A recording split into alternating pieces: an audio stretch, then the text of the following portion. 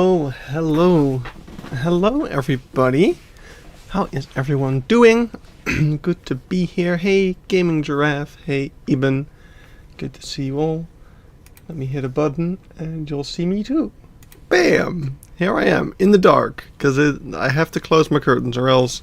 Wait, let's see, what happens if I open my curtains? I mean, beside the fact that I can't see anything, I think I will... Yeah. That's kind of the issue I'm dealing with here. The bright lord.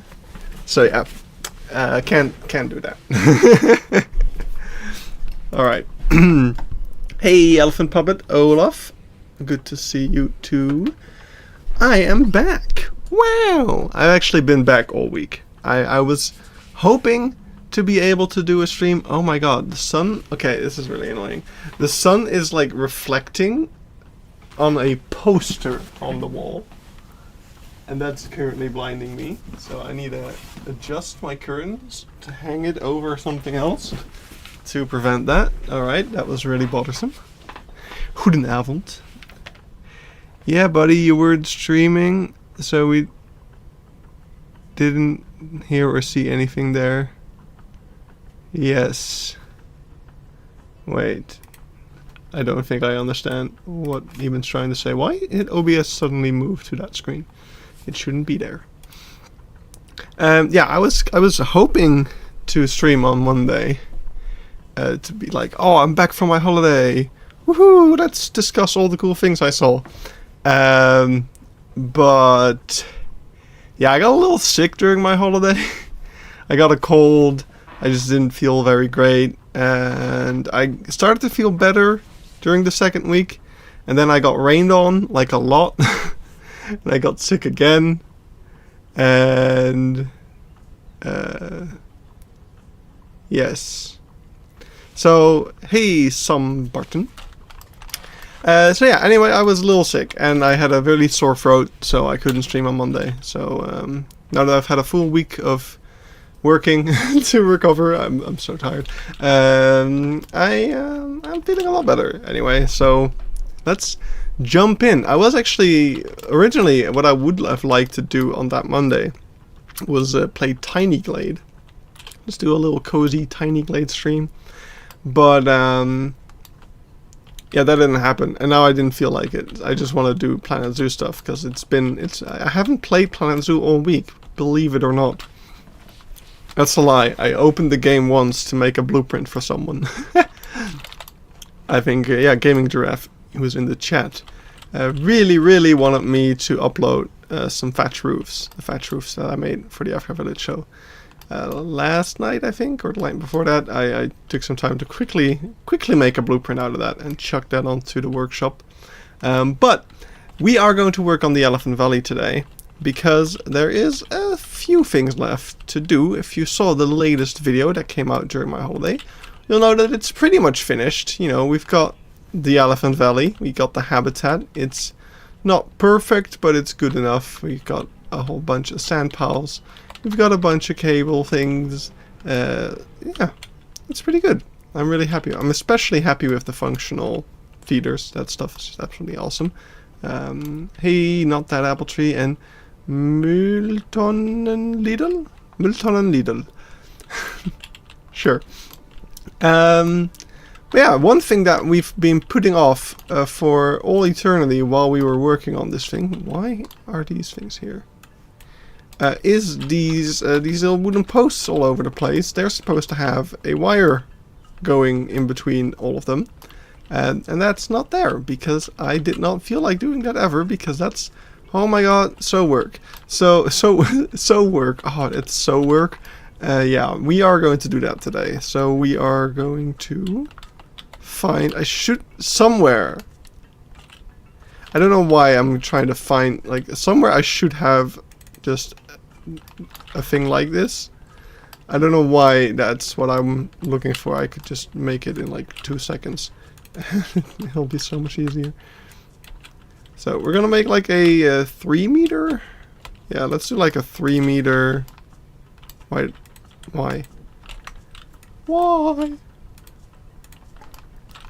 Let's make like a 3 meter thing. That's the wrong button. There we go. Get rid of the old one. And put this on the side. We'll be able to paste this around, and that's kind of step one. I'm going to do this kind of the same way I made this one. This one was slightly more difficult because they're all at an angle. This stream is going to be so painful for all of us. Yes, that's why I need all of you to keep this interesting. Because I've been on a 2-week holiday, and I'm very good at telling stories. Very, because so many amazing things happened. So yeah, I'm just gonna kind of talk about that. Like, I guess I'll just go chronologically. Like, I am planning on making a whole bunch of videos. Actually already written the first script for some zoo tour snippets videos. Completely unrelated, but how did you make the arch of the African huts? That is, even, you're getting way ahead of things. That's like at the end of Berlin. I cannot tell the story in a non-chronological order. Come on. Alright, let's put this down. So actually, before we... Oh crap, I didn't mean to do that. Well, before we go ahead and place on all the cables, I would like to go through the references to see if I actually have all the cable stuff everywhere prepared. Somebody asked how I made the arches of the African huts in Key Park. I don't know if I have those blueprinted. Hut. Oh, I do. Little African hut. Here it is. Yeah, it's just a whole... It's like a combination. So I made these out of the limestone things from the Europack, which kind of an interesting choice of piece for that. I could have gone with something that's less like these, basically, which are actually a lot slimmer. I don't know why I went with these ones actually for Key Park, but I digress. Yeah, what I did is basically I used these ones for the arch shape overall, which gives it a nice clean edge, because if we take those out, you'll see that they are an absolute mess. I just used a whole bunch of these little pieces, these bracket pieces, to kind of fill in the gap left by the arch piece. So that's how that's made. It's not that deep. Goodbye. But yeah, I started off the trip in Hanover. So I started on the Friday, like 3 weeks ago. Apparently there's a zoo in the UK that mixes hippo and sea lion. I heard about that. Somebody commented that on one of my videos, I think. Which is really, really interesting. But anyway, I started off 3 weeks ago on a Friday. Wait, is that 3 weeks ago? 1, 2, 3. I think 3. Whatever, it doesn't matter. Details. And I just drove to Hanover. So I started off early in the morning because it's like a 5-hour drive. And I started driving. I actually drove past the place where I work, and close to my office is a fantastic place for sandwiches. I'm getting ahead of myself. I want to walk around to see if we're missing any things. I think the Google Maps stuff is actually not helpful because it's missing stuff. So we're just gonna go ahead and go into the album and take a peek-see around. Just basically random photos. So yeah, I drove past my place of work. So we have this great sandwich place, and I was like, oh man, I'm really gonna miss those sandwiches. And I'm driving past it anyway. And at this point, it's like 10 a.m. So I thought maybe I'll just go by that and just get one last sandwich before I go to Germany. But I get there, and it turns out that they don't open until 11. So that was a waste of time. Great way to start the trip. Big disappointment that I'm not going to get my sandwich, because I was not going to go and wait for an hour. But yeah, so I decided, screw it, we're just going to Germany. So I drove past Osnabrück, and I had to make a stop there, because last time I was in Germany, I bought a whole lot of Coca-Cola. Like, it was on sale at Kaufland, which is like cheap supermarket. So it's already cheap there, and it was also on sale. So I just bought like, I don't know, I think I bought like 20 like 2-liter bottles. So tons of Coca-Cola. Great stuff. So cheap. Good for the wallet. But then, of course, there is, what do you call it in English? In Dutch, it's statiegeld. In German, it's Pfand. And I don't know the English words. I do not stand between Goran and his sandwiches. Yeah, no, that was very, very sad. But, yeah, it's like, basically, you have the bottle, and you need to return the bottle to get some money back. It's like a loan. I don't know the English word. I know there is a word for it, but I just... Hello, Marvin.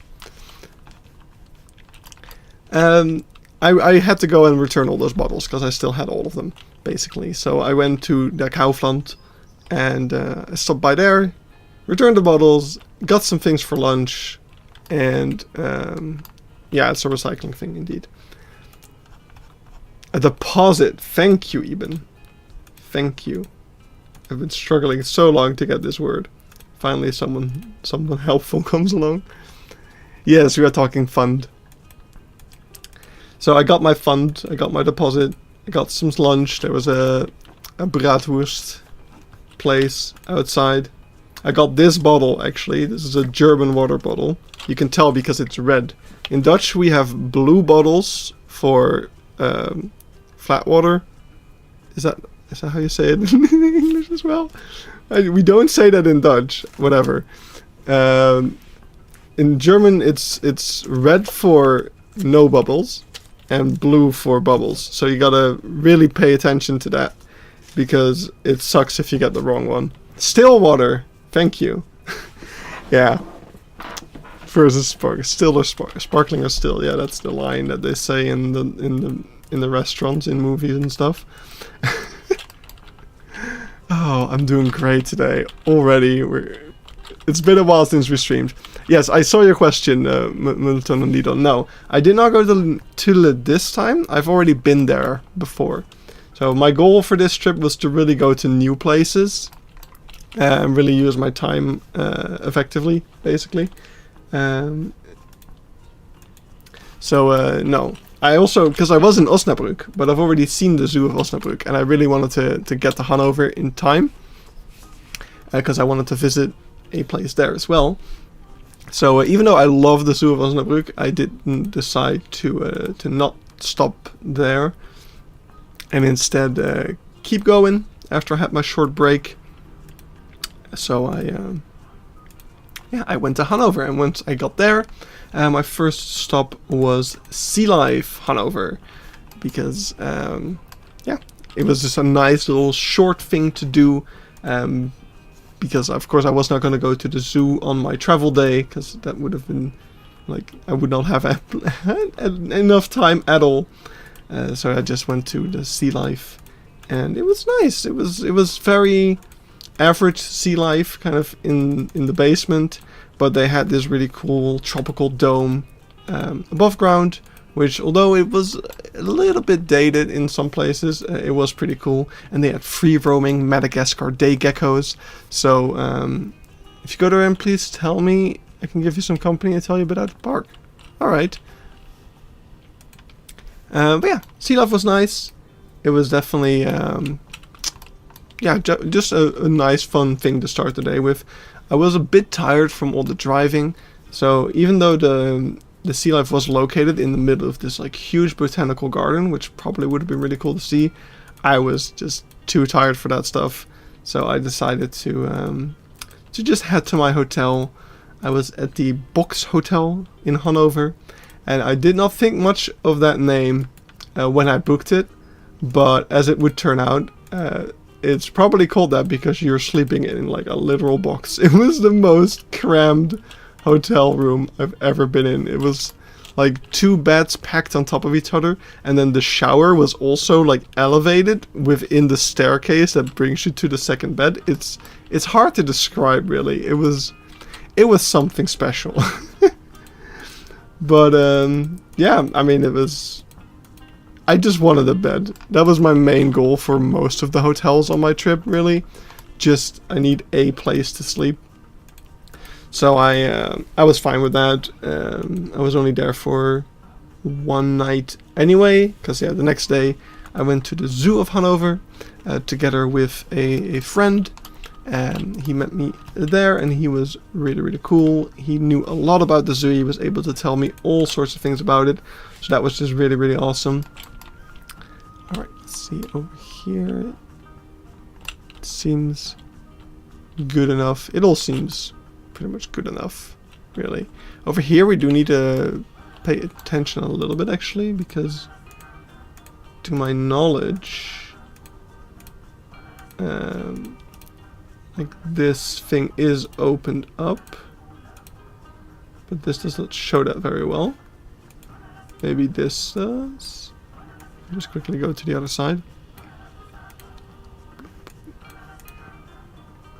Yeah, so you can see over here there is a gap, so we need to make sure that we don't forget that. How am I gonna do that? I don't know. Actually, the foliage over here is also not really conducive to that. Let's try to put this over here instead, and then we'll move this one a bit to the side. Let's just make some quick fixes over here. So we'll do this and this. It's not perfect, but it's good enough. Alright. So, did you go to Oldenisse? No. That's not a place that I went to. No, I went to the Zoo of Hanover, and it is absolutely amazing. So, that one is gonna be the first video to come out of the trip. Just a zoo tour snippets video on Hanover. I've written the script. I've done the voice recording already. I just need to get all the footage in there, which will take a bit because there is a lot of stuff I want to show. I've got the video quite compact. My idea is to do a bunch of zoo tour snippets videos now of all the places I've been, and then perhaps still do some full zoo tours of the best of the places in the future. Hanover is definitely one of those. So the video is a bit compact. It's 15 minutes as it is now. Maybe if I add some footage to it, I want to drag that out a little bit more to make sure I can show all the things I want to. But the main goal of these videos is also to kind of focus on the animals that have really cool exhibits, but I've already done zoo tour videos on, or real life zoo inspiration videos on. Because yeah, those ones, those exhibits are just worth showing, because they're amazing. So yeah, that's kind of one of the things that video is focusing on, and just give you a brief overview of the park. And then if people are still interested, we can do a zoo tour video some point in the future. Alright, I'm pretty sure these are all, we've got everything kind of covered. So we're gonna go back over here and do the thing that I was already kind of starting to do before. So actually, now that I think of it, I should check that. Yeah, okay, what I'm doing is kind of the right thing. That's great. If you're wondering why that is the right thing, actually it isn't. Now that I think of it, So what we're going to be doing later... Yeah, no, I should do this the other way around. So what we're going to be doing later, of course, is making sure these things kind of fit. And what's really annoying with these cable pieces, or these pole pieces, is... Wait, this does not solve it at all. I'm stupid. I need to do it like this. Actually, let's also flip all of the other ones. So what this accomplishes, because this is seemingly very random, but oh god, what is happening? No, no. Why the game is being very stupid? Why are they grouped up? What the f... What? Okay.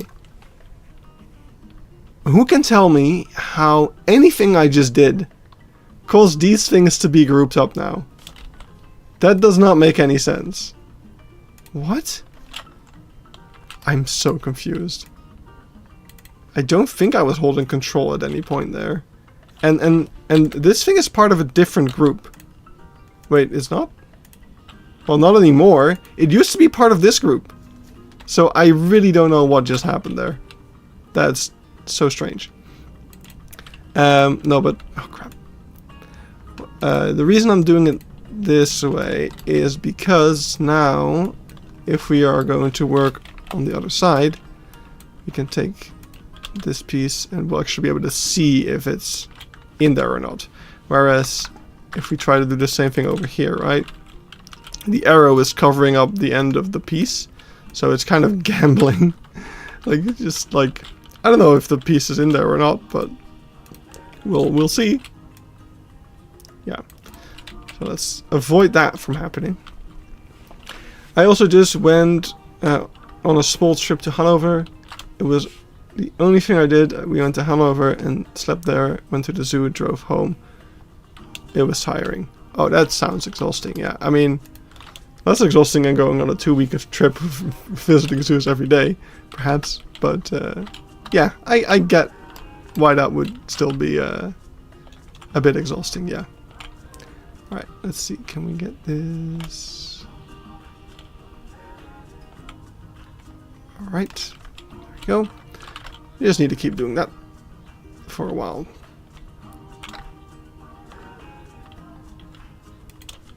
But yeah, Hanover was amazing, especially, yeah, I mean, you'll see it in the video when it comes up, but especially the North America area was just so freaking cool, and the rest as well. I mean, so much inspiration in there. I can't wait to share it with you all. From Hanover, I went to Magdeburg, which was also a nice zoo. I will say it was a bit dated in a lot of places, but it also had some pretty cool stuff. A lot will come up in real life inspiration videos as well. I will still do a video on it. It probably won't be as long. It will probably focus on the elephant area, show some of the cool animals that I saw, like the marble polecat, which I knew was a thing because I had seen the mod. There was a mod of the marble polecat, and I once considered putting them into Key Park, but the problem was that the mod wasn't that great because of the hitboxes that the animal had, so that's why I never ended up using it. But when I saw the sign in Magdeburg of the marble polecat, I was like, oh my god, it's the guy.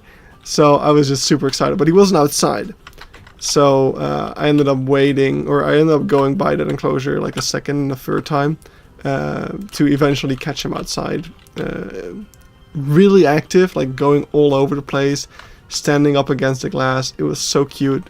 I absolutely love the marble polecat. It was such a cool animal.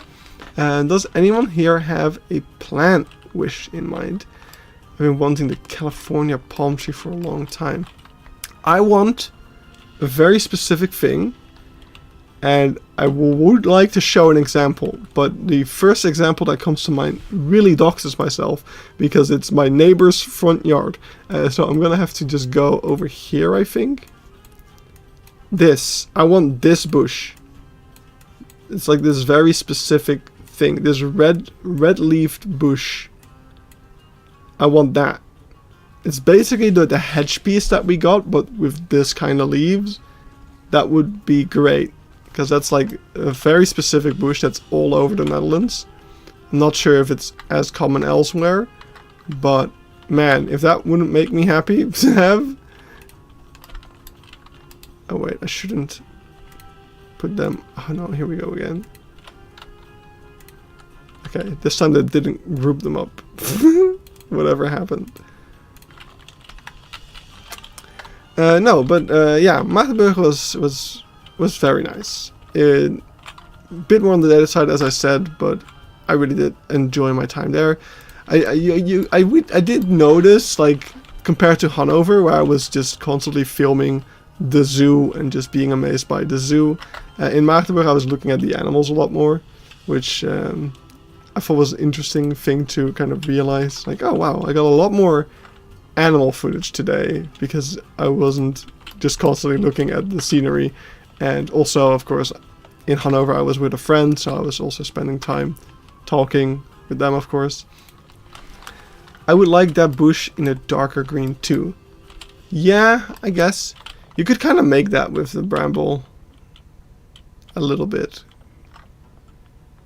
At least that's what I did a few times. But yeah, and yeah, in Magdeburg I ended up not being there all day.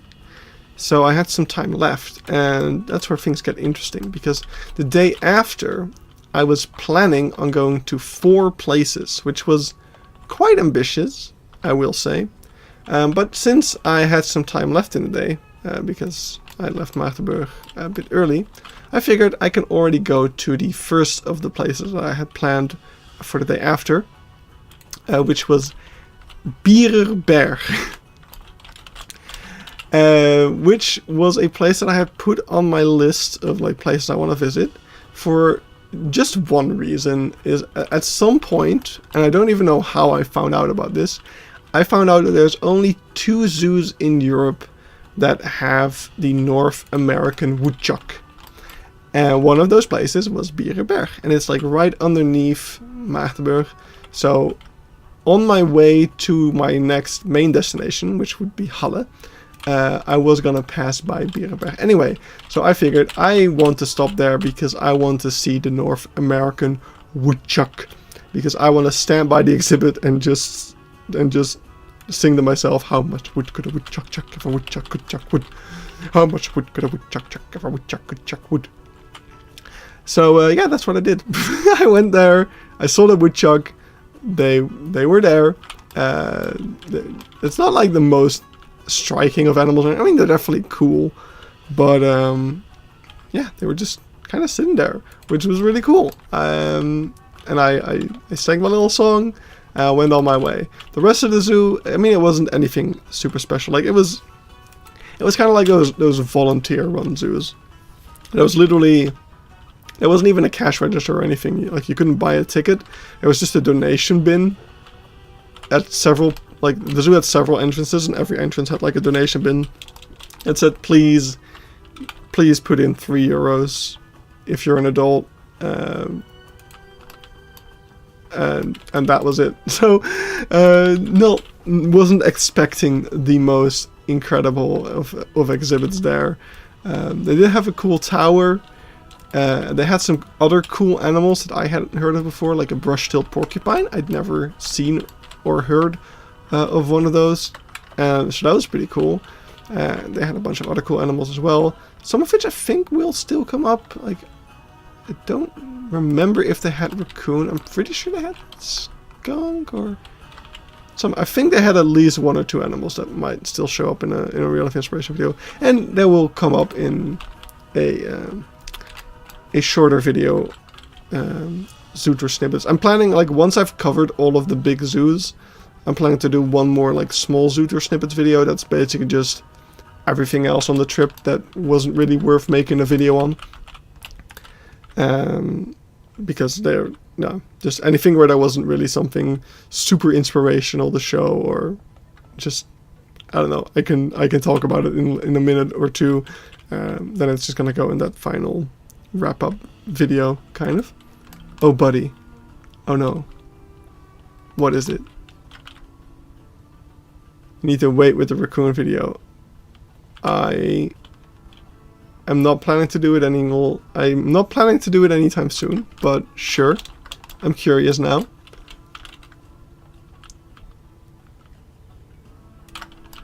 I will eagerly await the why of this of this statement, but fine. So yeah, after that, so that wrapped up that day. I slept in Magdeburg once more, and the next day I had my plan of visiting 4 zoos, which has now already gone down to only visiting 3 zoos. So the 3 remaining zoos of my plan after Bierenberg were the zoo of Stashfood, which I wanted to visit because they had dingo. The zoo of Desau, which I also wanted to visit because they have dingo. As well as, apparently, the Asian black bear, which isn't super common in zoos. Like, I've seen a fair bit of zoos with them.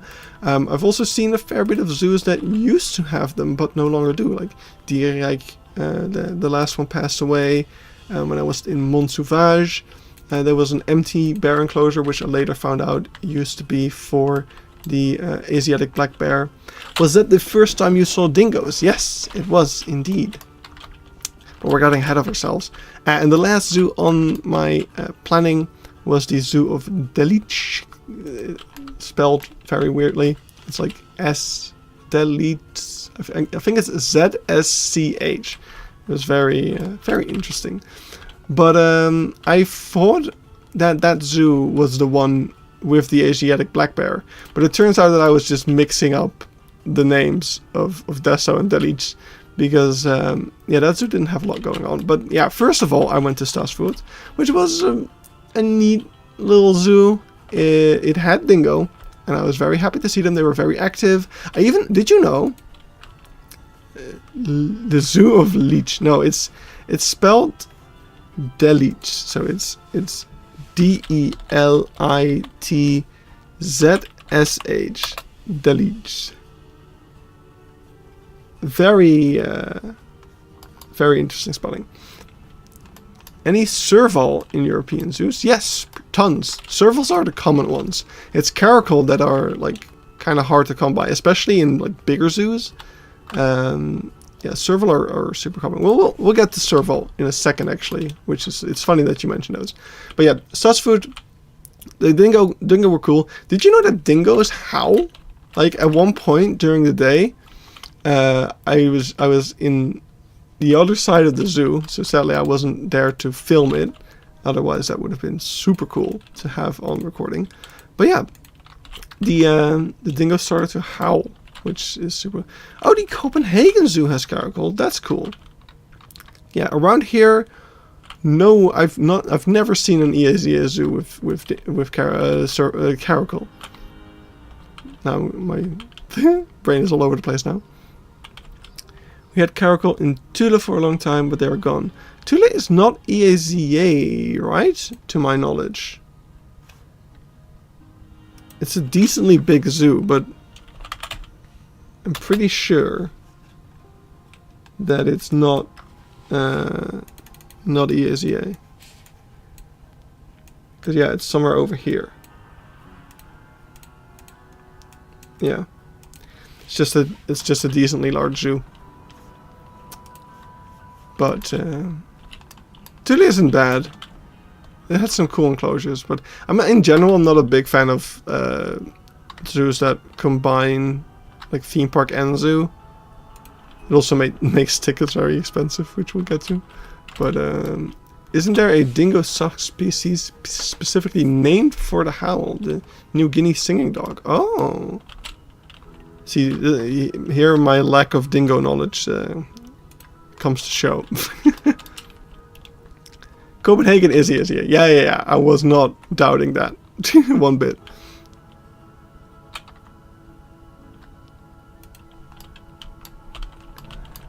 But yeah. So the rest of Stashfood, on the other hand, was a little bit, like it was very roadsidey. in a way. Especially, like, they had Joffrey's cat, which was cool as well. I'd never seen one of those before. We actually recently got Joffrey's cat in Fauna Park Vlakke here in the Netherlands. But now luckily now I don't have to go there anymore to see them, because I've already seen them in several places in Germany now. So that was cool. But yeah, the Joffrey's cat enclosure was like, it smelled awful. And also just a lot of other stuff in Stashfood were just, yeah, you know, could be bigger, stuff like that. Overall, not the greatest, if you ask me. So that was that. Mainly. Gross lack of dingo analysis. Who has that on their dingo card? I went to Singapore Zoo. Serval did something very romantic. Oh, I saw something really romantic. I cannot show it on YouTube. I will try to put a censored version of it in the Hanover video. I think I can get away with that. I hope I can get away with that. It was really great. I loved it. I loved it. But yeah, so after Stashfood, which was, you know, okay, I went to Desau, Rostock, and this is really freaking funny. So I have this map, right? It's zoos of the world, and I used this map to create also my own map, zoos I visited over here, and I had the zoo over here. Wait, did I? No, I don't think I did, because this is actually the zoo, by the looks of it. So what went wrong is I'm pretty sure I used this map to navigate to the zoo, which was a bad idea. Because where am I? Seriously, where am I? Leipzig, Stashfood, oh, there's Stashfood, Desau. Yeah. So wait, no, it is. What went wrong? I'm confused. I don't know what went wrong. Somehow I think I had it on this map, but I had the wrong thing like marked as the zoo, because over here, like down here somewhere, is it the Muldebrücke? Somewhere, I think over here.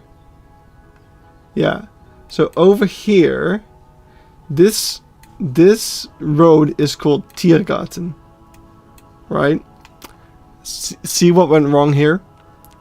So my Google navigated me to the Tiergarten. So I park my car over here. I walk all the way down here. It's a lovely walk. Like if we're actually, like, there's like this water is streaming. There's like a dam. There's flowing water. It's really cool. There's this really cool bridge. I walk all the way down here. I can't find the zoo. So I asked a person in my amazing Germanish, like, wo ist der Tierpark? And they say something I can't understand, which I thought meant this entire area is the Tierpark. I thought it was like free of entry, just an open park with animals around. So I start walking around this like forest area, can't see any animals. So at this point I open up my phone again and I realize, oh, the zoo is like all the way up here. So I had to go back to my car. I drove to the zoo, and then I could actually visit the zoo. So that was a bit of a waste of time, which would be fine if not for the fact that I'm still like, I'm trying to visit 3 zoos in a day here. So I'm on the clock.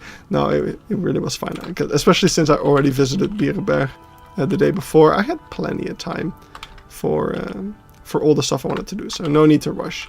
But that was just really funny that I'm just in the wrong spot completely. Yes, that whole park is called Tierpark because they used to have deers and all for hunting a long time ago. That's, yeah. I didn't know that.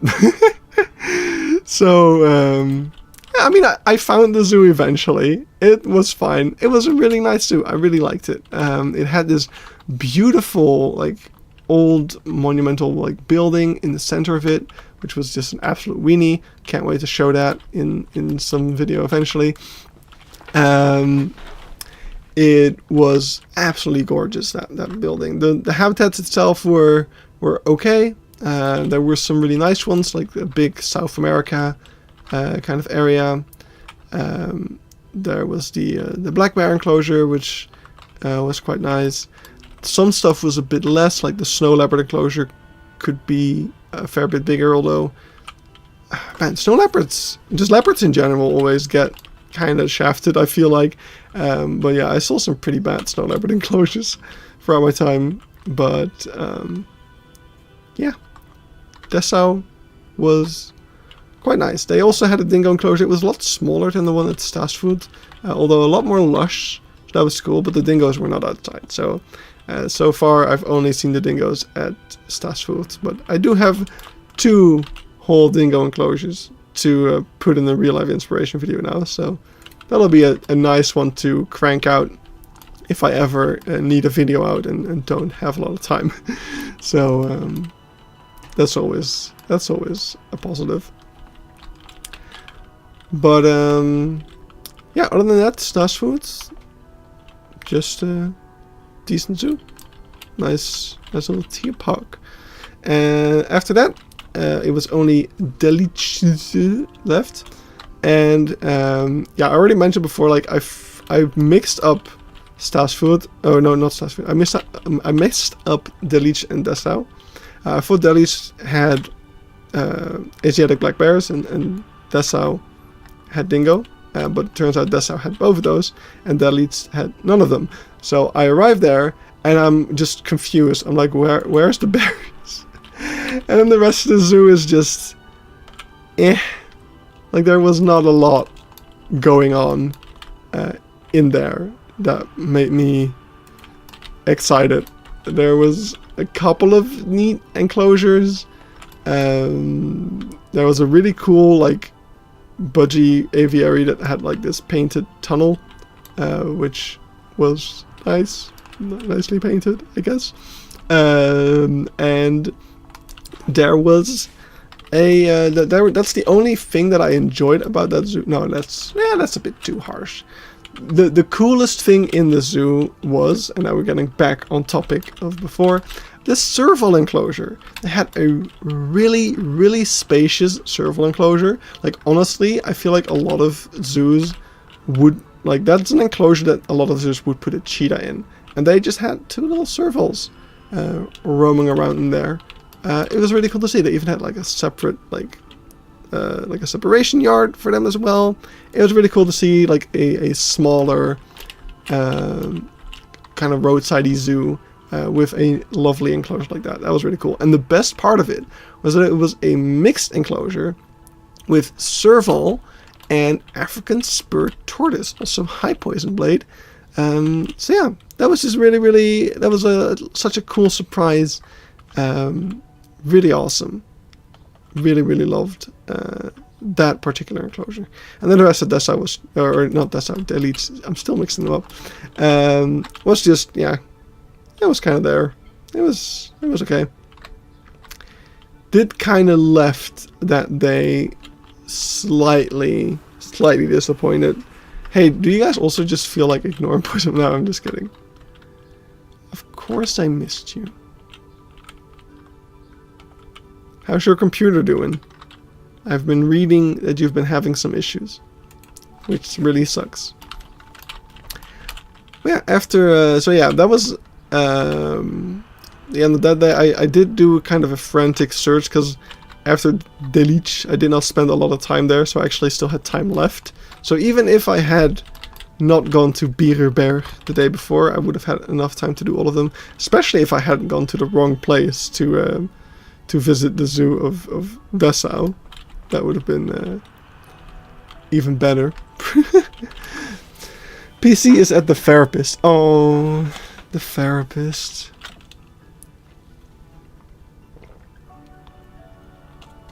I hope he feels better soon. But yeah, just let's see, where did I go next? Next up was Hala.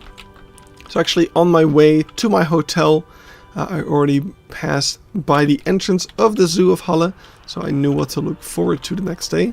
I booked a hotel that was like right across the zoo, just in walking distance. Only problem was, like, my idea with that was that the hotel had free parking. So my idea was, oh, the next day I'll just leave my car at the hotel and then go to the zoo, and after I've been to the zoo I'll get my car again. But the problem was that the hotel did have free parking, but it was like basically like a house's driveway type of parking, so it felt very egotistical to leave my car there all day the next day. So I decided to just move it elsewhere. I did find, while I was taking a walk the night before to go get dinner somewhere in the city, I found a free parking lot relatively close to the zoo. It just so happened that the next morning I couldn't sleep, so I was up at like 6 AM.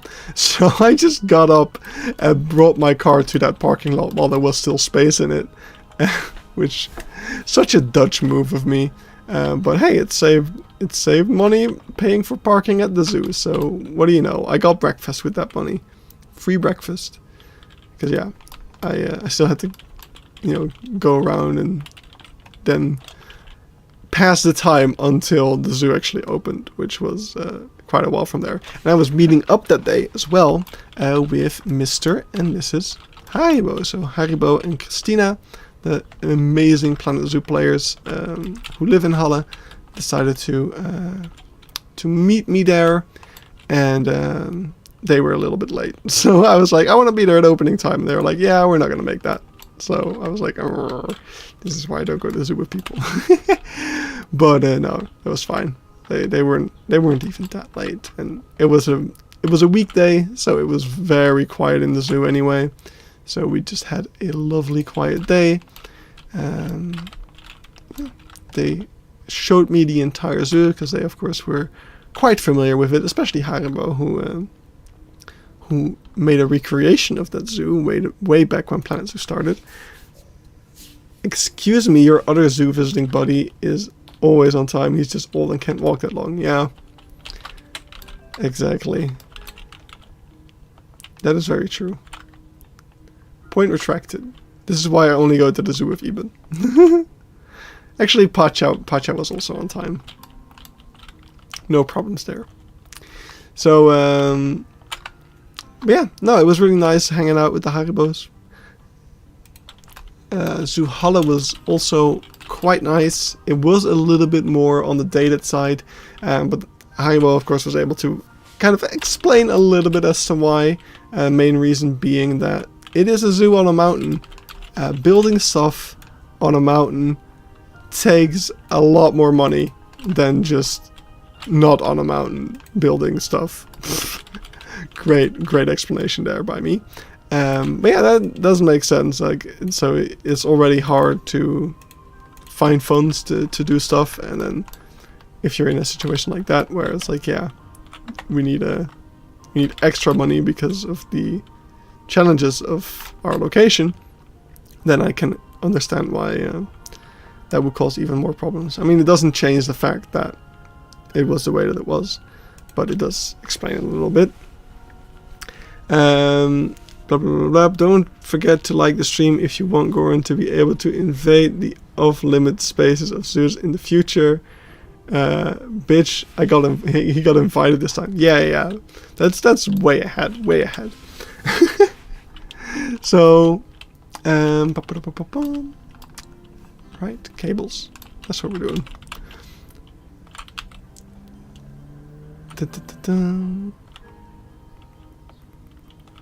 Sorry, I'm somehow suddenly need a lot of focus for this specific cable. Oh wow, hey, we can hit two of them at once. That's great. So the main thing that surprised me when I was in Halle was how small some of the exhibits were. Because I was like, oh, I've seen Haribo's recreation like in game. Like, I've opened the file before. I don't remember everything being this small. But yeah, it turns out that Haribo probably just kind of inflated the size of a lot of things to make it fit with Planet Zoo. I mean, it was one of like in the earlier days of Planet Zoo, so maybe he even had like welfare enabled back then, because if you'll remember, back when Planet Zoo started, we couldn't even disable the welfare yet. So maybe it was a kind of a byproduct of that, but I thought it was interesting.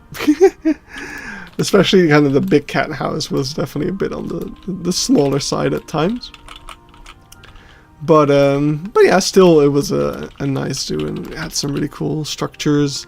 And I love zoos that are on mountains, zoos on hills, mountains, stuff like that. It gets me, it gives me the happy chemicals, because it looks cool. So that was also just really nice. Then after that, I packed up. I drove. Actually, I didn't have to pack up because my car was already parked in that special parking lot, so I could just drive to Leipzig. And yeah, if you know anything about zoos, you've probably heard of the Zoo of Leipzig before, and you'll know that it is pretty good. And I definitely share that sentiment now. I know what the hype is about. Leipzig was absolutely awesome.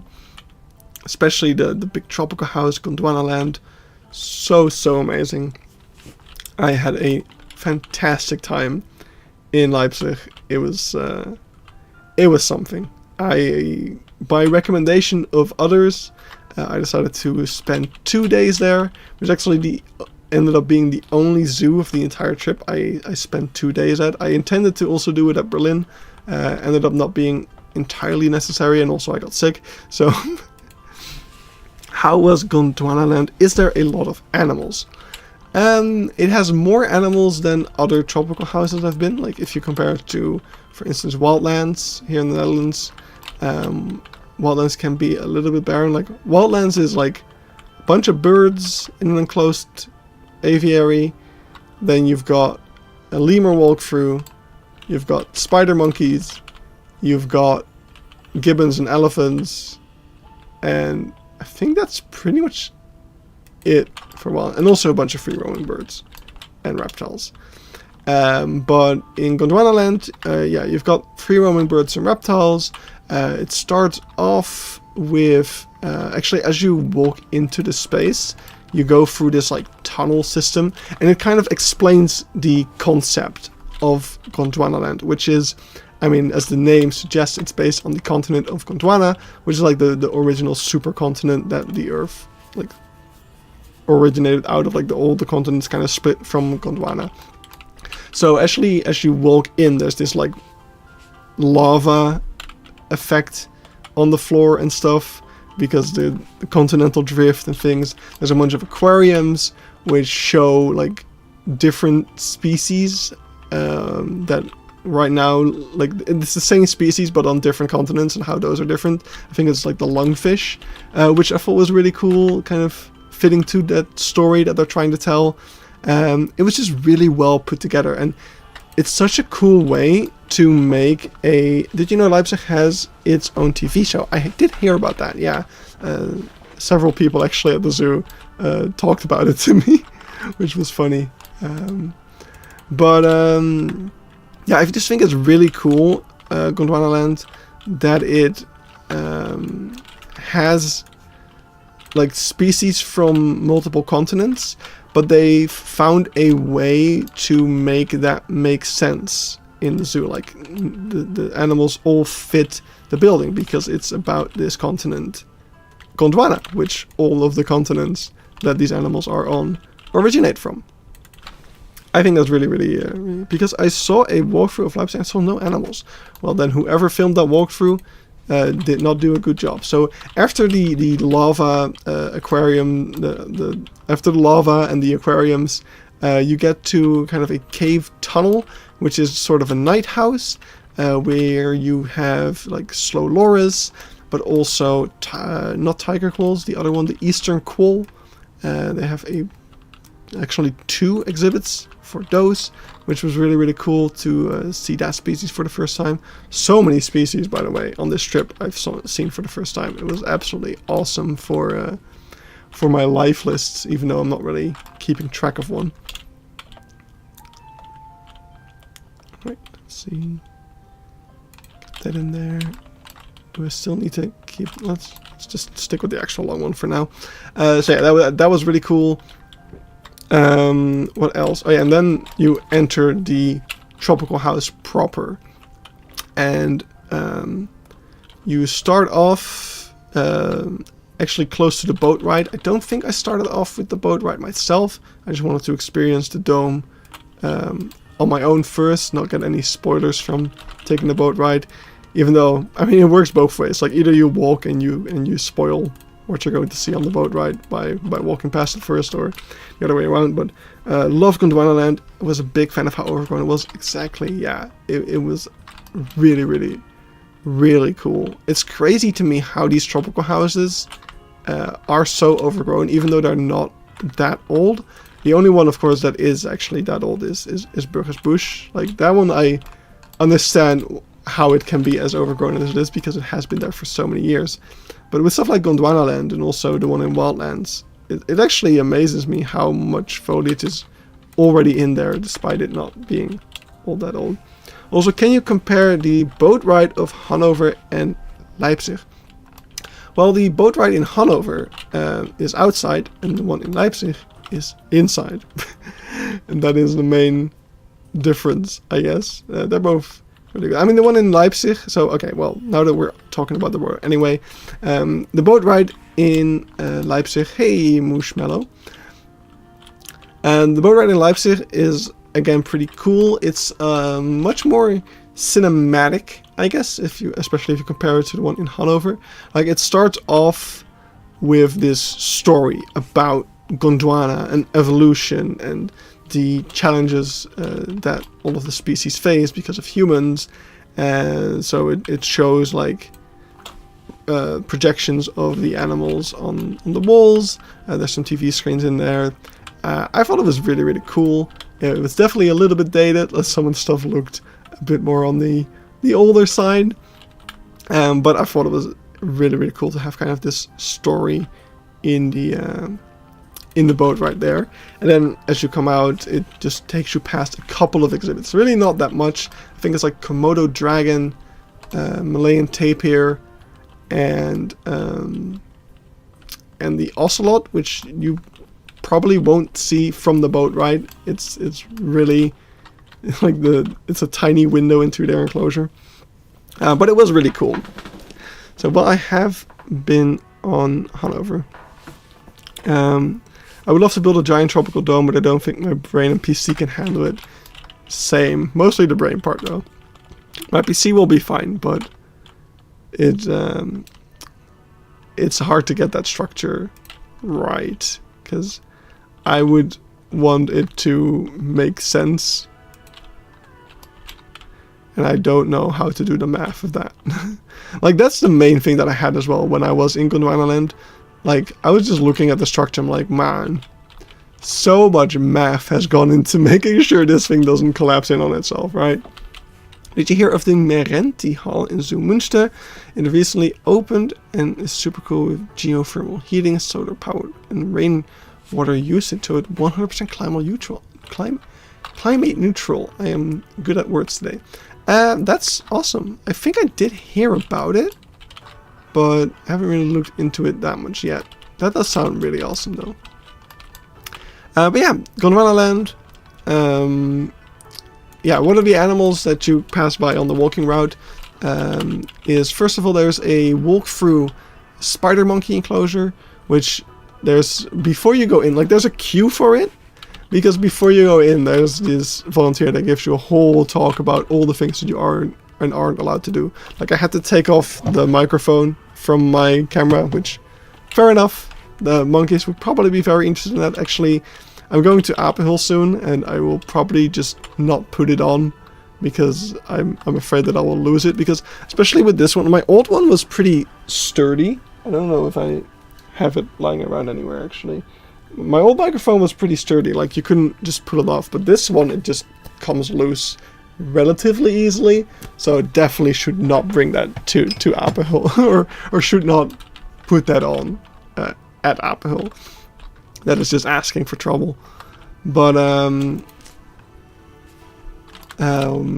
yeah, walk through spider monkey, not spider monkey, squirrel monkey enclosure, and after that there is some goodie, and you take like a little, you can go enter a little cave where you see the ocelot, the there's an aquarium with like a bunch of South American fish like the arapaima, pacu.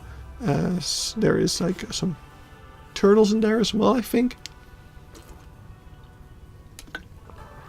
The arapaima there, by the way, were absolutely huge. Maybe it was just the way that the exhibit was set up, but it felt like the biggest ones I've ever seen. So that was really cool as well. What time is it? Oh, we've only been going for an hour. Wow, we are making decent progress. I mean, we still have to like make the wires not the way they are now, but we'll get there. We're doing pretty good. Just need to quickly check. Yeah, that's what I thought. It should be the other way around. Walk for spider monkey habitat will be pretty unique. Yeah, I always mix them up, like, because spider, squirrel, it's both with the S. In Dutch, a squirrel monkey is a skull monkey, which I think is much cooler. But anyway, I digress. After that, after the arapaima and stuff, you have a giant otter exhibit, which is probably the coolest giant otter exhibit I've ever seen. I said that in Halle. Like, I was like, wow, this giant otter exhibit is so great. It must be the coolest one I'd ever seen. And Christina and Harbo were like, oh yeah, thank you. It is pretty cool. Oh wait, you're going to Leipzig tomorrow, aren't you? Yeah, never mind. You're gonna change your mind tomorrow already. I'm like, oh, well, ain't that just the way? What are my PC specs? I have good specs. It's I don't know them by heart. I always forget which graphics card I have. I think I have a 3090. I think I bought it during the pandemic and it was very expensive because there was a shortage. Yes, he has good specs. He can see everything. 2020 vision.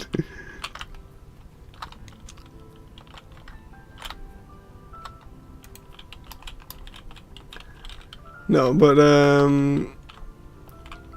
yeah, so giant otters. There is a really cool like piranha aquarium which is in front of the giant otters, so you can see like the giant otters swimming behind that aquarium. I actually got I recorded a shot of that, which I was really happy with. That I got that on camera. I definitely did not wait for like 15 minutes for it to happen so I could get that shot. I had 2 days there. What else was I gonna do? Here I am sitting with my 2080. Really? You built all that shit on that piece of crap? No, I'm kidding.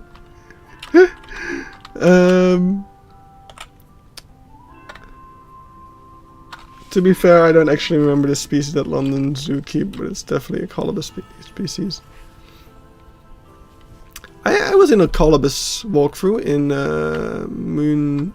Münster.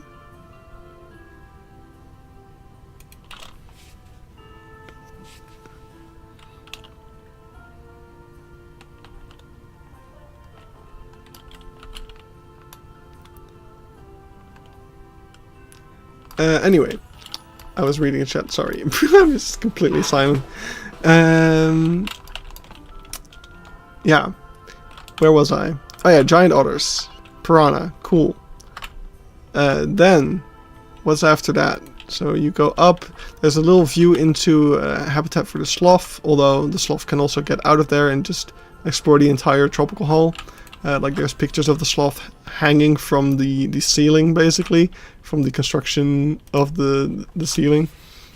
I considered going to London Zoo when I was in London, but the videos I saw of it didn't really convince me. Oh.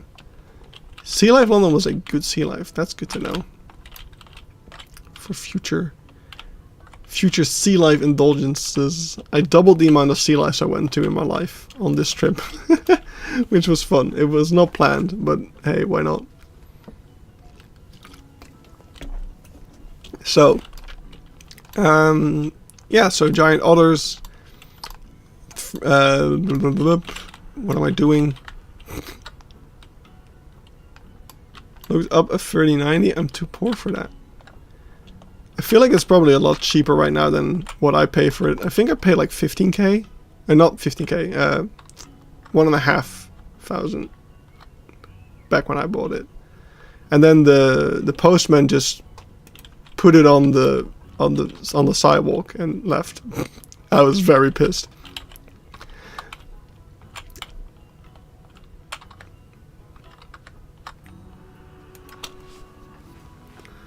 London Zoo is good, but it struggles to live up to the expectations created by other larger UK zoos that aren't based in cities.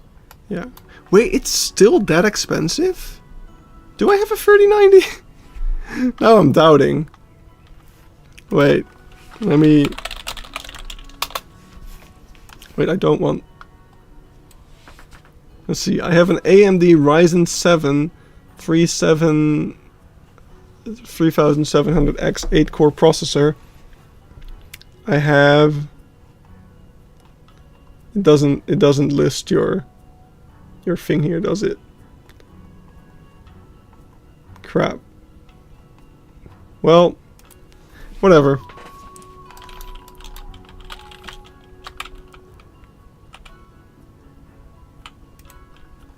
I wanted to go to London Zoo as well when I was there, but convincing my two buddies to go to the Natural History Museum was hard enough. Oh, no. That sucks. But yeah, anyway, for the rest of Gondwanaland, there's just so much. Like, we haven't even gotten started. Like, there is some, I think, some smaller terrariums. There is an Asian small-clawed otter exhibit. There is the Malayan tapir. There is a fishing cat. There is false gharial.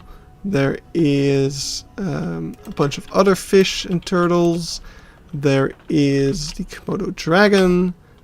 Just even more like smaller exhibit for gecko and stuff like that. There is a lot in there. And then you have like all the free flying birds. There's pygmy hippo in there. There's I think 2 species of lemur. Some tortoises. There is I think 2 monkeys. There's Dick. There's, I think that's pretty much it. I'm probably forgetting stuff. There's so much. I thought we both had the same one though, and I have the 370. I definitely have a 80 or 90 in my PC. My laptop has a... we have the same laptop, but my PC is something else. Now I want to know, but I don't want to accidentally open something on the stream that will incriminate stuff. I don't know what I could open that accidentally showed something that I shouldn't show. If only I was playing Minecraft, then I could just hit F3 and it would show the video processor. Or the video card. That'd be a lot easier. I find it funny that I have to open your files on my PC then.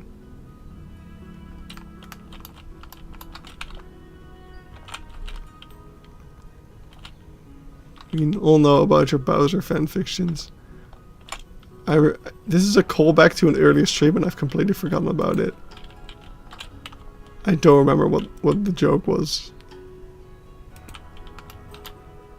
Open settings and go to... Oh, right! It does do that, right? Settings, graphics. Oh yeah! Oh, I have a 3080. I don't have a 3090. I have a 3080 Ti. Right. There was something special about it. 3080 Ti.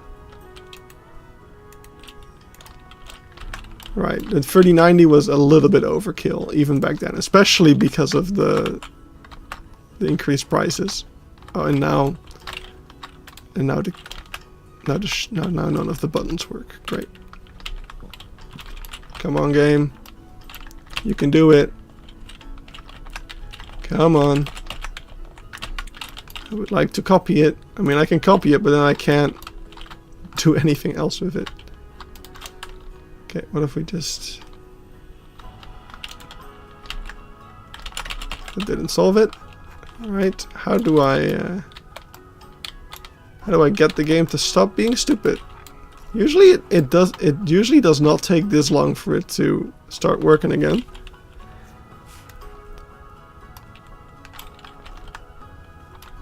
There we go, it's working again.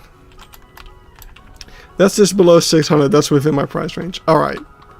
Yeah, why is the 3090 that much more expensive though? That doesn't make sense to me.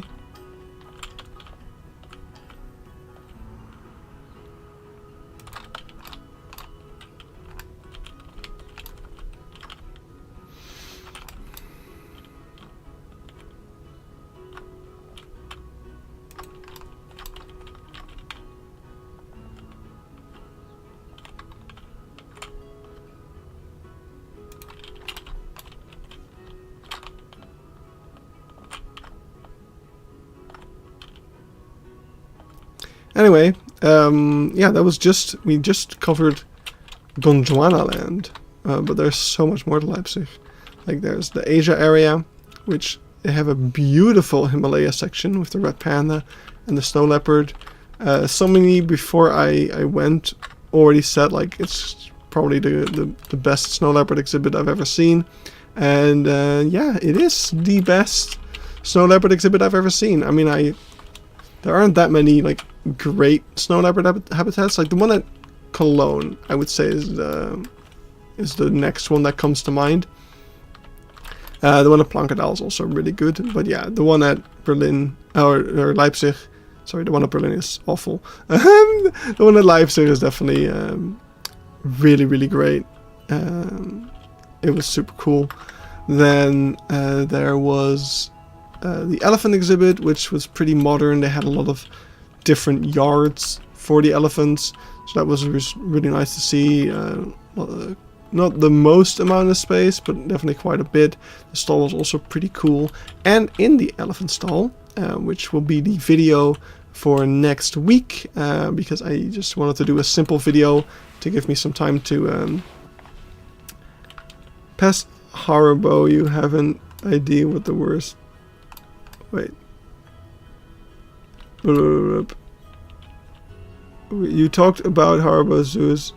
I subscribed to them and took a look at Hala and Missoula. Both the descriptions they say complex, lots of pieces. And now that I'm in the zoo, I just want to say, oh, pass Haribo. Have you know what the word complex means? Yeah. I mean, Missoula was already getting there.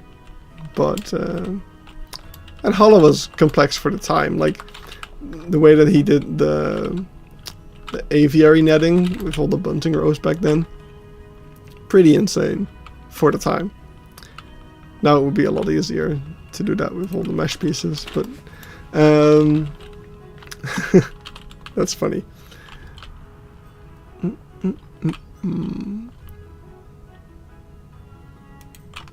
How is a freaking blueprint that have more pieces than Hala? Probably. He also never finished it, which, fair enough.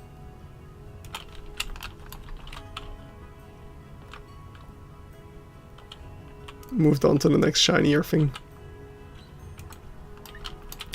But yeah, so the rest of Leipzig, definitely not on the same level as things like Gondwanaland, but the tiger area was pretty neat. The leopard area especially was really quite cool looking. There was this really weird playground which was a giant dragon. The funniest thing about the giant dragon playground was the fact that it would roar like really loudly at times, and I could hear guests being like, "Oh, the lions are roaring," but but no, it was the giant dragon playground.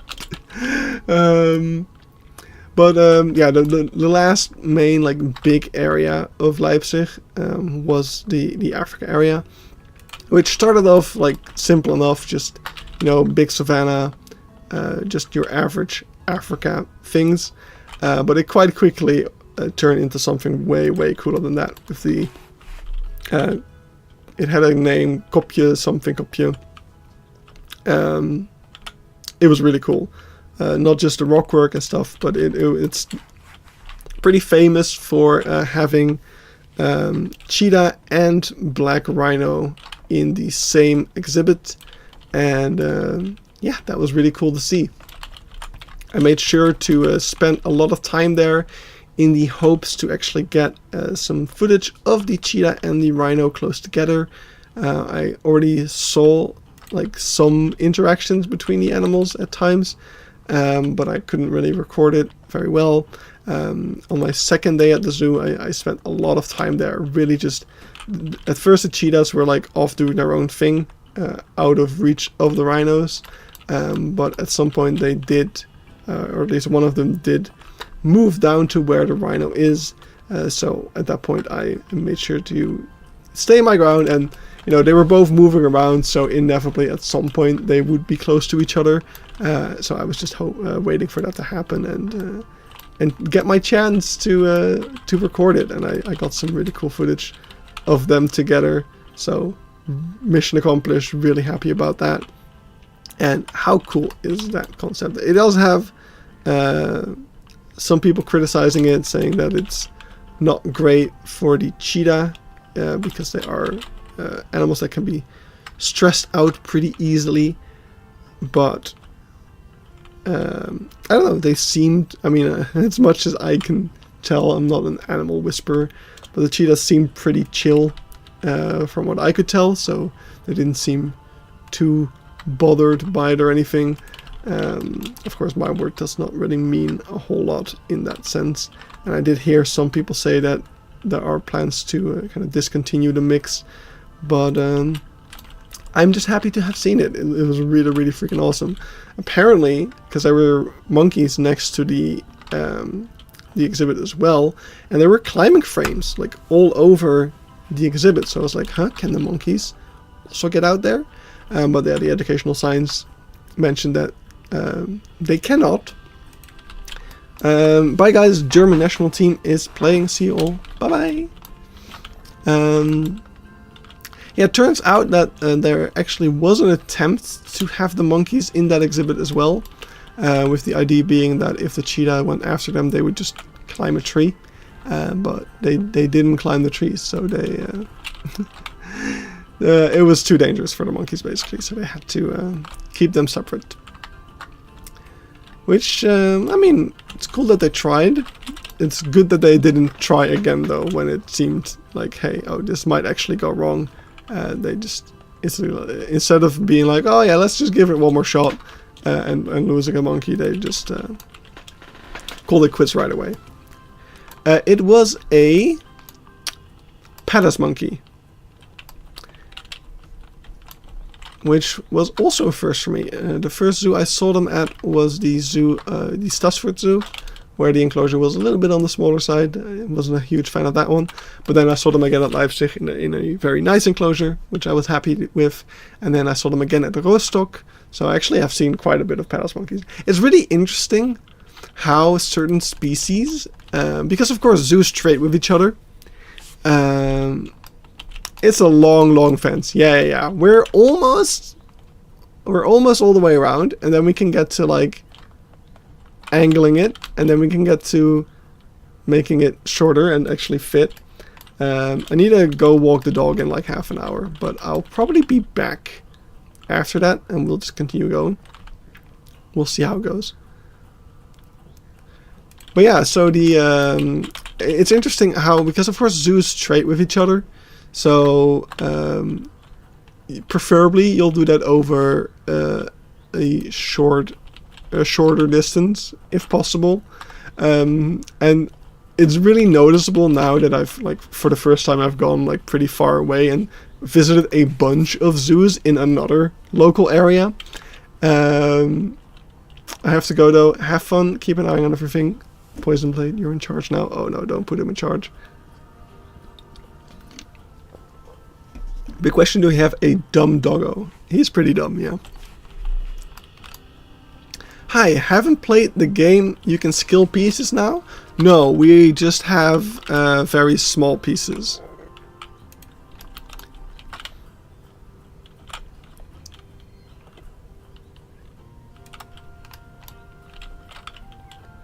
These are just some of the smallest pieces, or thinnest pieces I should say. They're still 1 meter long, but yeah, they're the best for this type of thing that we're trying to do.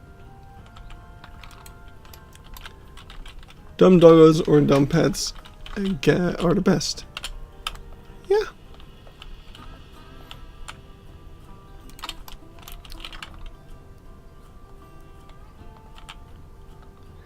But yeah, it's interesting how I had to collect my train of thought then. You could probably actively see the gears in my head spinning.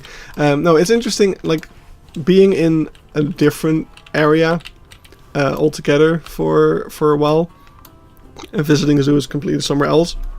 How species that are like not at all over here are super common over there. Like I mentioned, the Joffrey's cat. Saw them for the first time at Stashfood. Saw them again at Desau.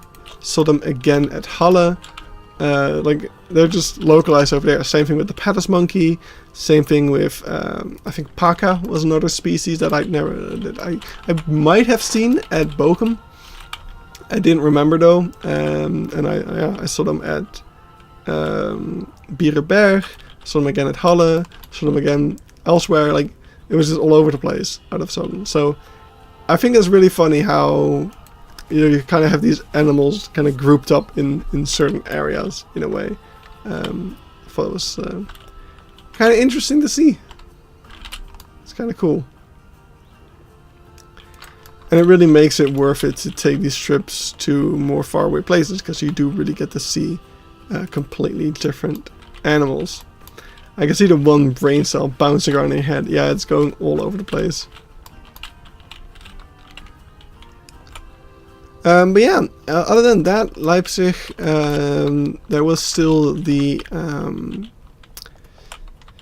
South America area, which was a bit more like basic, like regular zoo area. Nothing too spectacular compared to the other areas, I would say, which makes sense. Like they just spent so much money on things like Gondwanaland. I understand that they need to kind of drop the budget a little bit for the next area, but they're currently building something new again, which is just the most insane sea lion exhibit ever, probably. So it looks like the budget has been picked up again for that, to say the least. So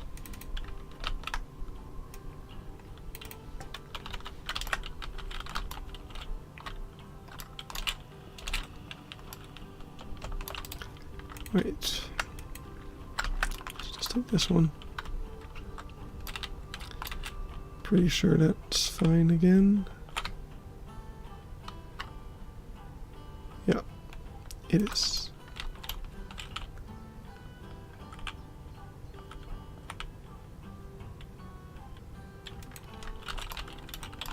We're almost all the way around. And then we can start phase 2 of this.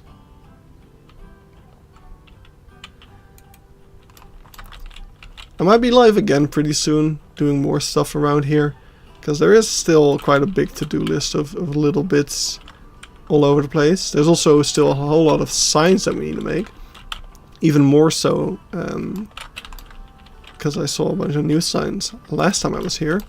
And I might be going to the Beekse Bergen this Sunday to check out if there's anything new already that I can start working on in the Africa village. Maybe they've already repainted all of the little huts and I can get started on that.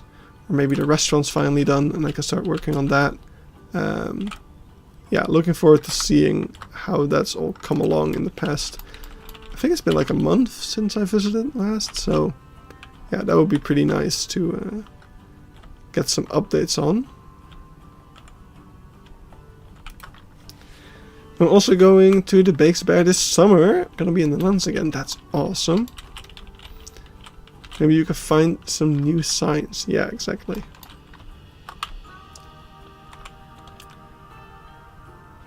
Yeah, I mean, we still had a list of signs that I had to do.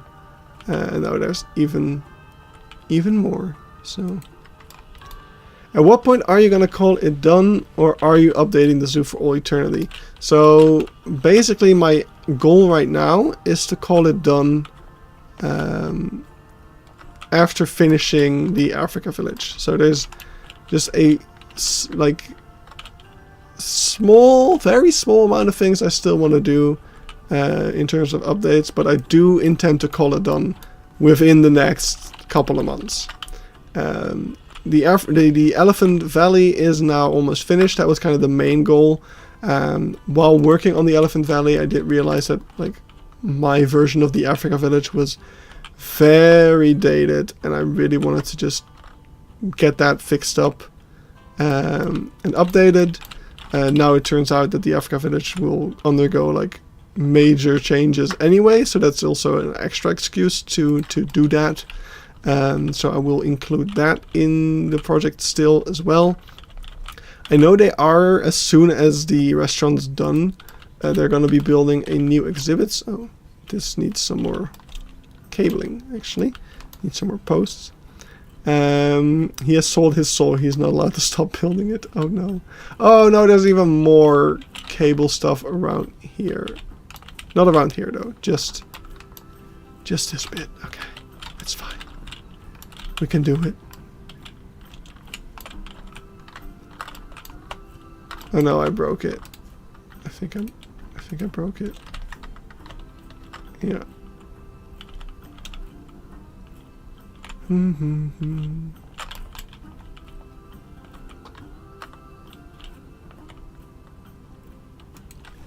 Pretty sure he's ordering the new projects there so you can continue building. Yeah. Yeah, as soon as the restaurant's finished in real life, they are going to be working on a new battered fox and meerkat enclosure, which I kind of also want to include because I think it's going to be very cool. I have no idea what it's going to look like yet, but part of me thinks it's going to be really cool. And it's probably going to be pretty small anyway. Like I can probably build it within like a week or two when it's there. So we'll see how it goes. If I'm still working on the project when that's done, I'll probably build it.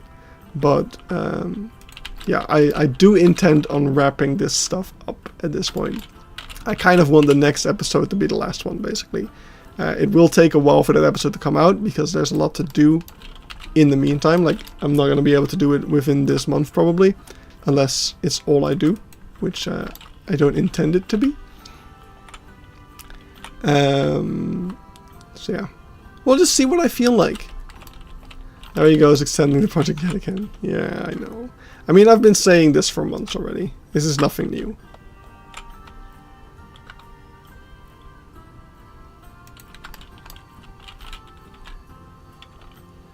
Any projects you want to do after the Beekse Bergen is done, assuming that will ever happen.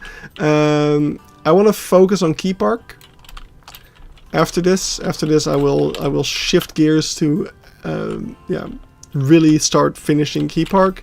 And there's a lot there that is almost done that I want to make done.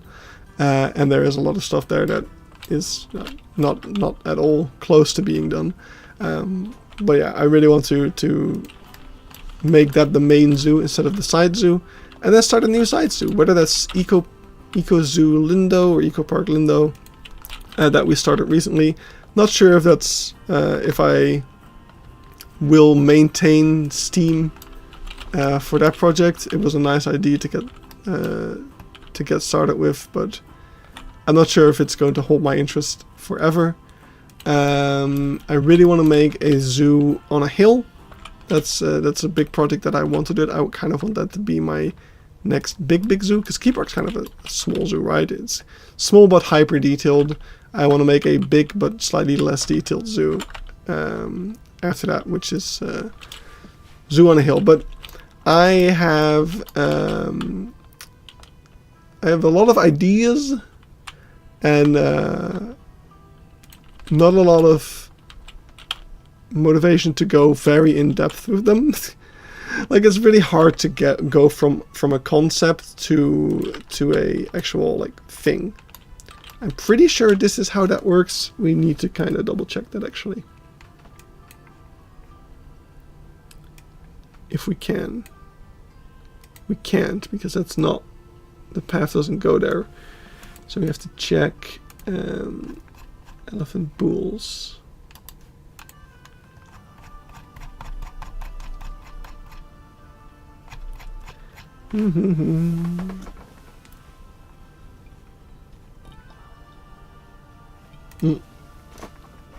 Yes, that's exactly how it works. Nice. Alright, now we just turn around and we head back. Back around the bend. Hey, I'm MEC. Don't start more things that you can finish before Planet Zoo 2. I mean, we'll see about that. I'm not sure what I would do if Planet Zoo comes out while I'm still working on something. I will probably... I don't know, I don't think I would just abandon something, but... It's also the question, like, what will Planet Zoo 2 do to draw in the people who... Like, it will have less content than Planet Zoo 1 with all its DLCs. That's just guaranteed, right? So, like, what will they do to draw you in? Maybe the games will coexist for a bit, you know?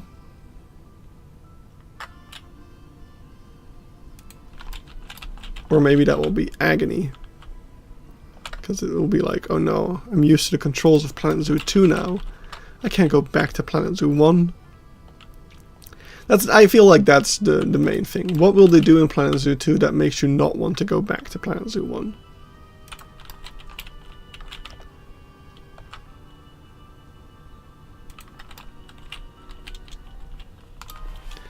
Planet Zoo 2 probably has more than a decade. Yeah.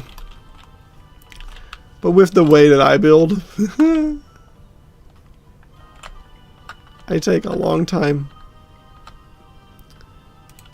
I'm too easily distracted. Anyway, we are not even halfway through the trip yet. In my storytelling, I should speed things up. So next up was Berlin. Because yeah, Leipzig was great. 10 out of 10, would recommend. Would love to go there again. I did not want to leave, even though I was there for 2 days. Next up was Berlin. So Berlin has a lot of stuff that I wanted to visit. I had 4 days planned in Berlin. Basically, my idea was to have 3 days to go to the zoos and also some other stuff. And then 1 day to explore the city a little bit. But Haribo basically told me like, oh yeah, you can do the zoo and the aquarium in 1 day. You don't need to spend multiple days there. So I took his word for it, even though with some slight skepticism, because you know I approach zoos a little bit differently than him. I'm definitely a bit of a more in-depth visitor. But what I did appreciate of his advice was go to the aquarium first, because it'll be empty and you won't have screaming kids everywhere. And he was right. I was the only person in the aquarium, and I had a great time because it was so quiet and serene and beautiful, and I could really enjoy the ambiance of the whole place, which is one of the main things that I like about aquariums. Just, I'm not a huge fish guy. They're definitely growing on me, but I mostly just go there for the vibes of just looking at all the tanks and yeah, just enjoying the whole aquatic landscape. But low skill ceiling, Planet Zoo, nah. A lot of people suspect Frontier going in a more simple direction with building similar to JWE. Oh yeah, that would not make me want to play the game. Like, I was so excited when JWE was announced. Like, oh my god, the makers of Planet Coaster are making a zoo-like game for dinosaurs. count me in, and then I saw how the game worked, and I never even bought it.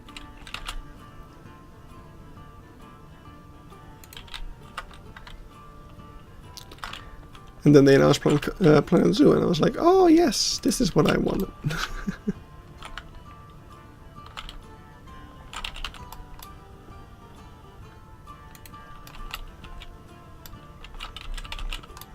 Yeah, I kind of had an Abzu moment.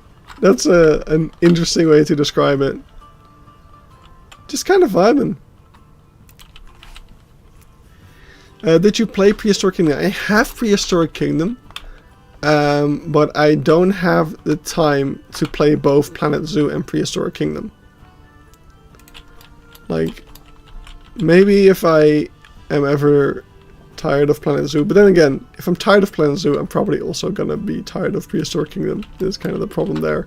So I don't know if I'll ever actually really dive into it. I should, because it will be fun. But man, my time is so limited. I really just, and especially now that I just want to... How many hours do you have in Planet Zoo? Like 5,000 or more? 6,000. Even. Hey look, we're almost done. We just need to get this little spot in the middle here.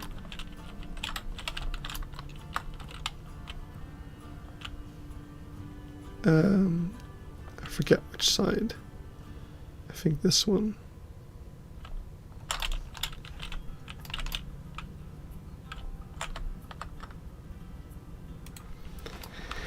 I enjoyed it. JBD 2 had too much management, and you can only play Sandbox if you've completed the campaign. Yeah. Oh shit, I have 3,000. I think that's a lot. Yeah. I mean, to be fair, I do AFK quite a bit because I don't feel like loading the game again. So if I'm like, oh, I need a 2-hour break, then I would rather leave the game running than go back to it. So there is that, but I don't know. It's pretty accurate, I guess.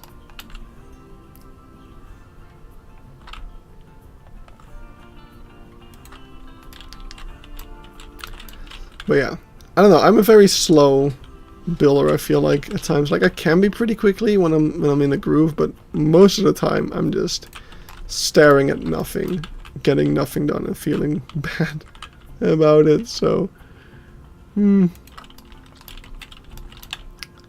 do some AFKing sometimes. That's why I have 5,100 hours. Exactly.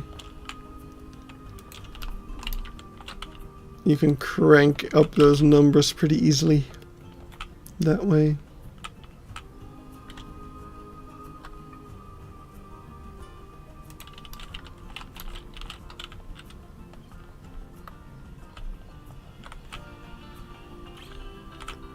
Alright,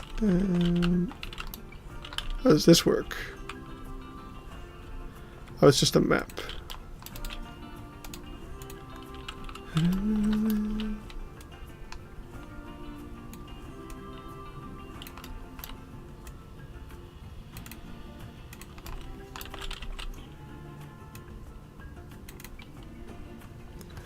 I'm guessing that's accurate. What do you say? This says there is no thing there yet. That's annoying. Let's rewind time, everybody. Oh, now we need to go forward. Alright, so it's like in the... Yeah, that's pretty accurate then, I guess. Either place 3 rocks in an hour or build an entire habitat within 1 hour, no in between. Yeah, that's basically me. If you add 5 piece sets to the game, what would they be? Ooh. More fonts. I would like some more fonts, like of the 2D font. And, you know, in the Barnyard Pack video, I talked about those like wooden fences that every barnyard area has that the game didn't include. Yeah, those. Wooden planks that are half a meter, like these trim pieces, but then one that's half a meter wide or long. That'd be great. For most of the wooden pieces, that counts. And I would like them to fix my wooden pieces, but we're not doing the plank rant again today, because otherwise it's starting to become the thing that we do every stream, so let's avoid that. I know that Poison's gonna scream at me now that he wants me to do it, but I refuse.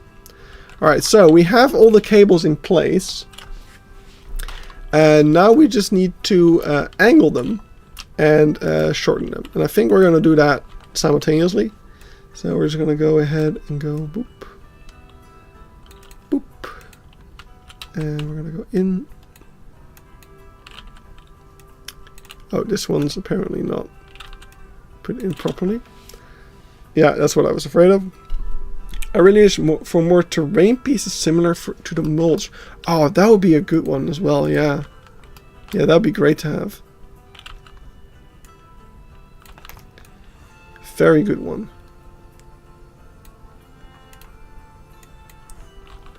I know there's also a mod that has like placeable water. That'd be great to have.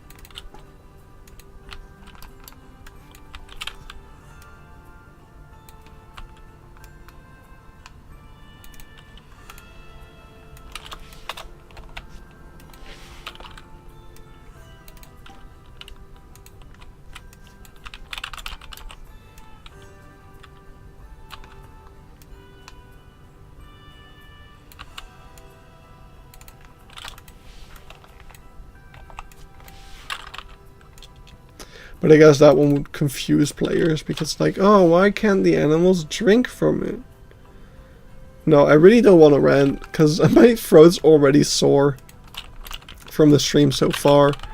So I need to take it slow. Let's talk some more about zoos instead and have fun.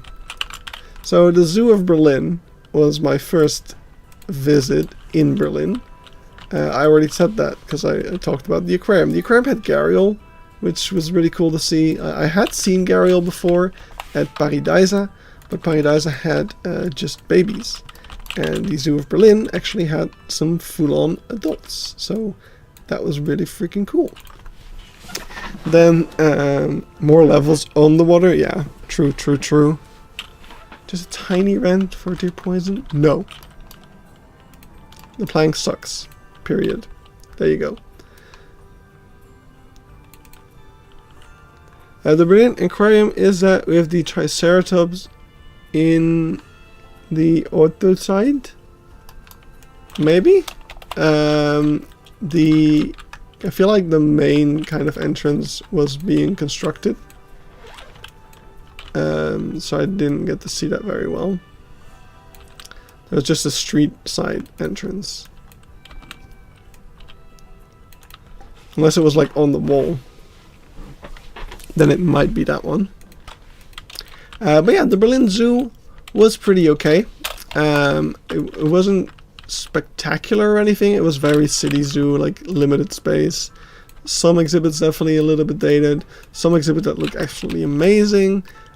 Some classical buildings that look absolutely amazing, like the Hoofstock building was so freaking cool. And yeah, kind of a mixed bag, but overall positive, I felt like. So nothing much to complain about or anything with the Zoo of Berlin. Then the next day I went to the Berlin Tier Park, because there is 2 zoos in Berlin, because of course the history of the zoos, having the Berlin Wall and stuff like that. Yeah, they had 2 zoos, and then the city combined again. It's like, oh, what are we gonna do with 2 zoos? And they actually decided to keep both of them. They're owned now by the same company, and they're kind of like trying to make both of them viable, basically. But the Tier Park was quite nice. At some times, it kind of felt like the place where Berlin Zoo dumps all of the other animals that it doesn't have room for, because they had like a lot of the same species, just in larger numbers and larger exhibits. But then it also had like really its own kind of identity and a bunch of other animals. What I really liked to see there was they had like 3 different species of takin, which I thought was really, really cool. I'd only ever really seen the Mishmi takin, and I had seen golden takin as well, I think at Paradise and at Zoo Halle. But yeah, this zoo also had the Mishmi, no, not the Mishmi, the, crap, now I'm fumbling on the names. The one that's also in Planet Zoo. It's not the Bhutan takin, it's not the other 2 that I just mentioned. There's a 3rd species. Yeah, that was really cool to see. Other than that, it had a lot of deer. At some point there was just like a dozen deer habitats in a row with different species of deer, which is cool and all, just not very interesting to me particularly. After the 30 closure I kind of got it and kept walking. But yeah, no, it was an impressive collection, some really cool exhibits in there, and it was apparently the biggest zoo in Europe, like space-wise, and my feet definitely felt that. I was completely exhausted by the end of that day, and this is kind of where things started to go wrong a little bit, I felt like. I had gone, the next day I planned to explore the city a little bit. I went to the Sea Life Aquarium of Berlin, which was a little bit of a letdown. It was very small, probably the smallest sea life I'd been, and didn't really have much going on in there either. So yeah, that was not the most amazing thing. After that, I walked to the Museum of Natural History of Berlin. Definitely not regretting that. It was so cool. They had the tallest skeleton in the world, which was a Brachiosaurus. Yeah, just amazing to see, and so glad that I went there. And at that point, I was pretty tired, but I felt like I had to see more of the city. I had to see more things. I took a train to the Botanical Garden, which was pretty cool, but it was like mostly under construction, so that was kind of a letdown. At that point, I was exhausted, so I started to feel a little bit sick. I went back to my hotel room and I collapsed in bed, and then the next day I was sick and I stayed in bed all day. So not very great. I kind of wanted that day to go back to the Berlin Zoo to see some of the stuff that I didn't miss anything. I did see all of the zoo, but at the end of the day, I did have to rush things a little bit, especially the night house that is underneath the predator house. I had to go through pretty quickly in order to make sure I could see the rest of the zoo still. So I thought, oh yeah, on my last day in Berlin, I'll go back to the zoo in the morning, see all I still want to see and take my time for, and then I'll go ahead and explore a little bit more of the city. But no, I was sick. I had to go to bed and just stay the entire day in bed, or else the entire rest of the trip would be kind of in danger, basically. So yeah, I did that, and it luckily did work. 3 out of 4 species of takin are kept in Sichuan takin. Thank you. Yeah, only 3 out of 4 species are kept in captivity, so you probably won't see the Bhutan takin. I know that. So yeah, I have seen all the species in captivity because this zoo literally had all of them, which was very cool. But yeah, so luckily staying sick in bed all day did help, and I actually felt a lot better the next day, which was great because my next destination was actually a private, or it's a public facility, but you have to book a private tour to go to it. It is the Wildkatzenzentrum, and I'd heard about it through friends and seen as well in Zootierliste that they had a couple of very rare species like the brown hyena and the North American striped hyena. for instance. So I really wanted to see those. I thought it'd be really awesome and kind of bragging rights type stuff. So yeah, I booked a private tour there, and it did not disappoint. I got to feed a bunch of the animals. I got to interact with a binturong, like it got to climb around on my shoulders. It was an absolutely amazing day. It was so much fun. I can't wait to share those experiences in a little video about the place. Yeah, it was super cool, and I'm really glad I wasn't too sick to have to cancel that appointment, because yeah, I had made it several months in advance, because I needed to like make sure I asked for permission to record there in advance as well, because it is a more private facility. I figured they would probably appreciate if I didn't just barge in there with a camera, so I wanted to announce that beforehand. Yeah, no, I was very happy with that, and after that I went to the Zoo of Eberswald, which was okay. It is an ESA zoo. It didn't feel like one. It was one of those. It was not as bad as Bio, but it definitely could do with some upgrades here and there. So that was not, yeah, it was fine. It was fine. So from there I did pass like some potential visits on my way to the next destination, but I thought, I probably shouldn't push my luck. I've basically overexerted myself already, so I need to just take things slow. So I went to Rostock, or near Rostock, where I had a hotel, and I just rested a little bit. I went to a Greek restaurant, I'm pretty sure, that day. Because my sister was on holiday in Greece. When I was in Leipzig, I went to a Vietnamese restaurant because my other sister is currently on holiday in Vietnam. So I thought, hey, let's share the cultures or something. I don't know what I was thinking. I just felt like Vietnamese food that day, or at least it was the only like food that I could find that I liked. But yeah, since I'd gone to a Vietnamese restaurant, and now my other sister was on holiday in Greece, I was like, oh, let's go to a Greek restaurant. And it was a great call, because it was actually a fantastic restaurant. I had the portion size were very generous, and the food was great, so that was awesome. But yeah, the day after that, I went to Rostock together with Pacha Kamek. You might know him. He's also a Planet Zoo YouTuber, and basically the moment he had already told me in the past, like, if you're ever near Rostock, definitely reach out, like he'd love to go to the zoo with me. And yeah, as I was planning this trip, I was like, oh yeah, I can totally go by Rostock, so let's do that. Let's meet up with Pacha. So yeah, we did. Pacha showed up to the zoo, and we had a great day. Actually, there were so many awesome things. Like the main thing in Rostock is the Darwinarium,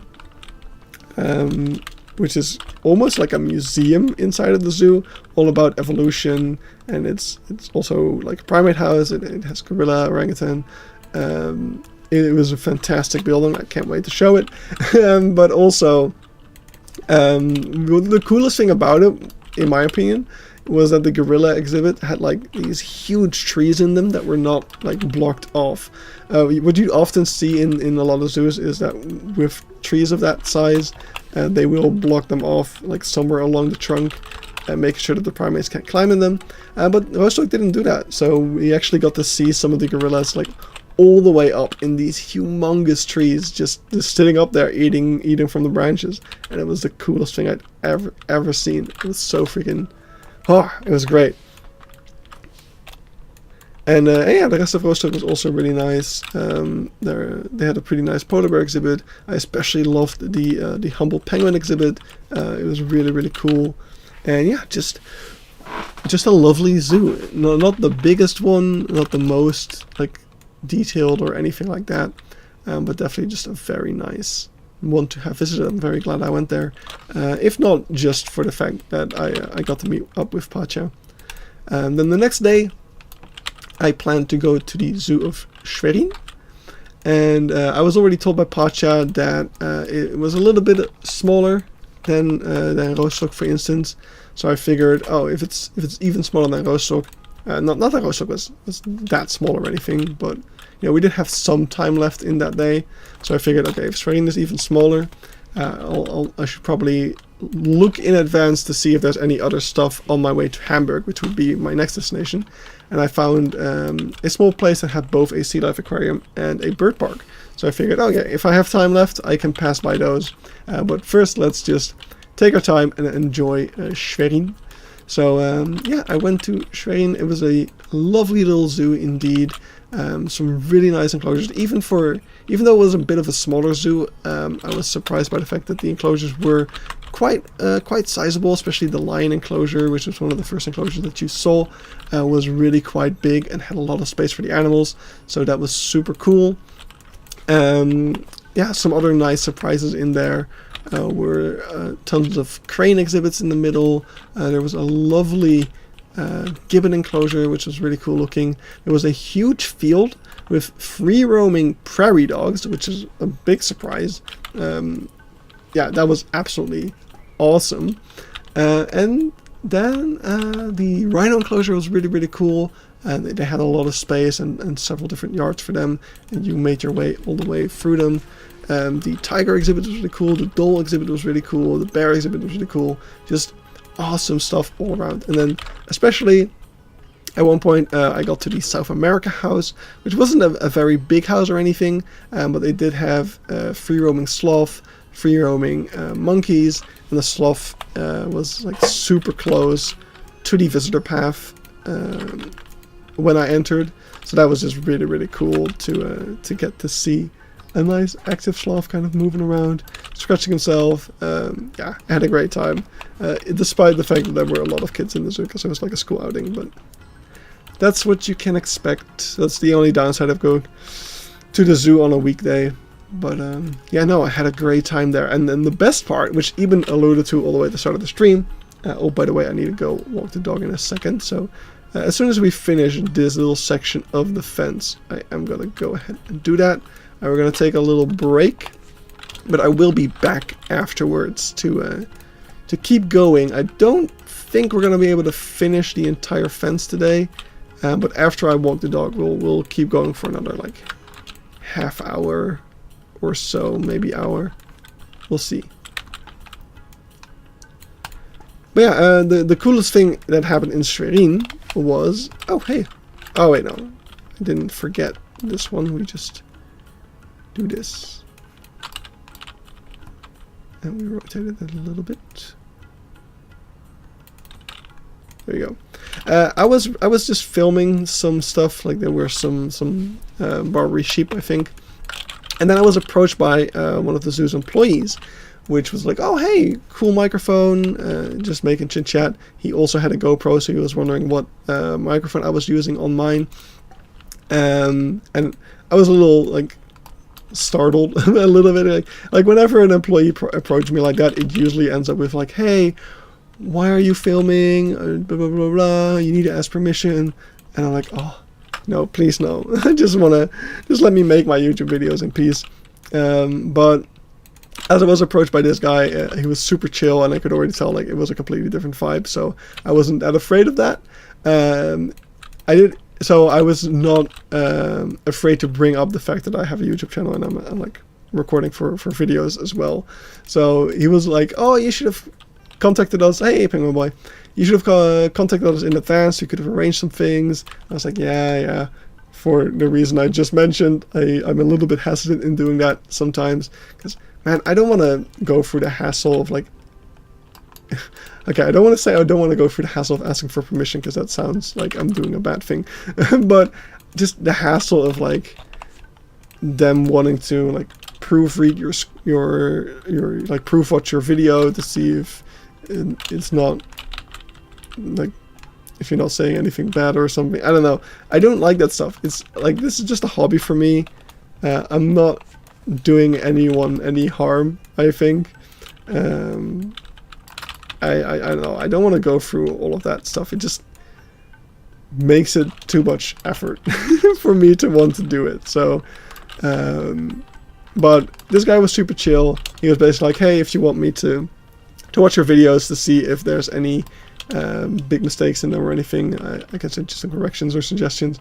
So, and of course, the coolest part was that he actually took me backstage, which was Eben was talking about before.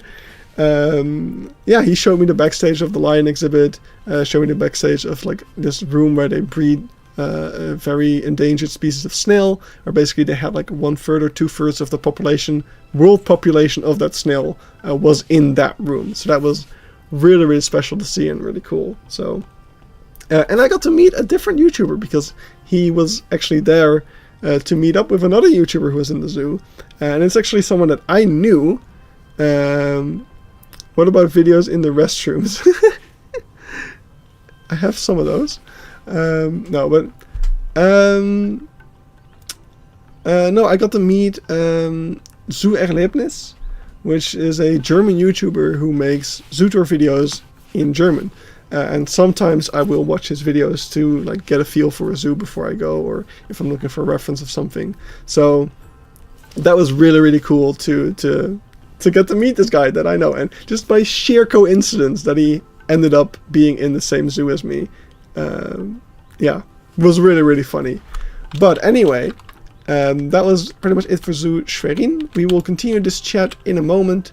Let's go ahead and give you guys an elephant to look at while I'm away. So we're going to look at Sada over here. Why not put cinematic? We're going to get a cinematic camera over here. Enjoy. I am going to, do you not want to show them? Because you don't want to explain how you created it in the scene.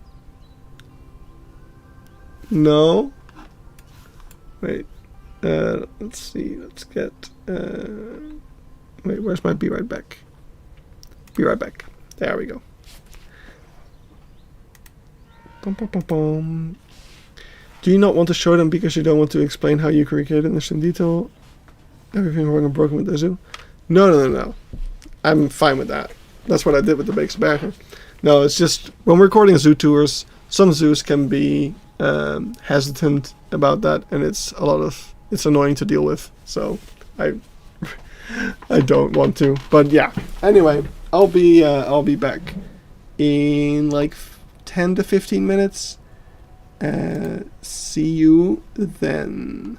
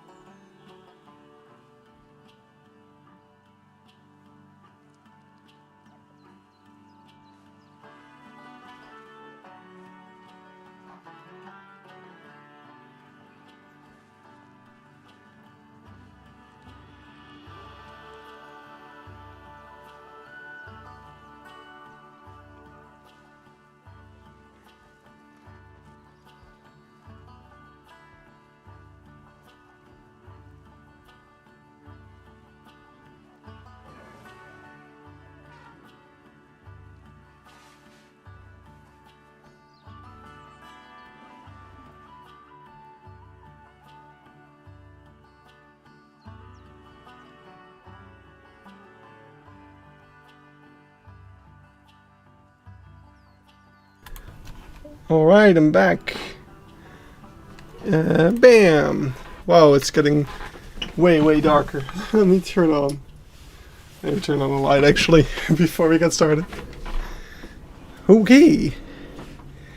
Here we are. Cinematic camera. Did you guys enjoy watching the elephants? I hope they didn't do anything inappropriate. Alright, let's see what's been going on.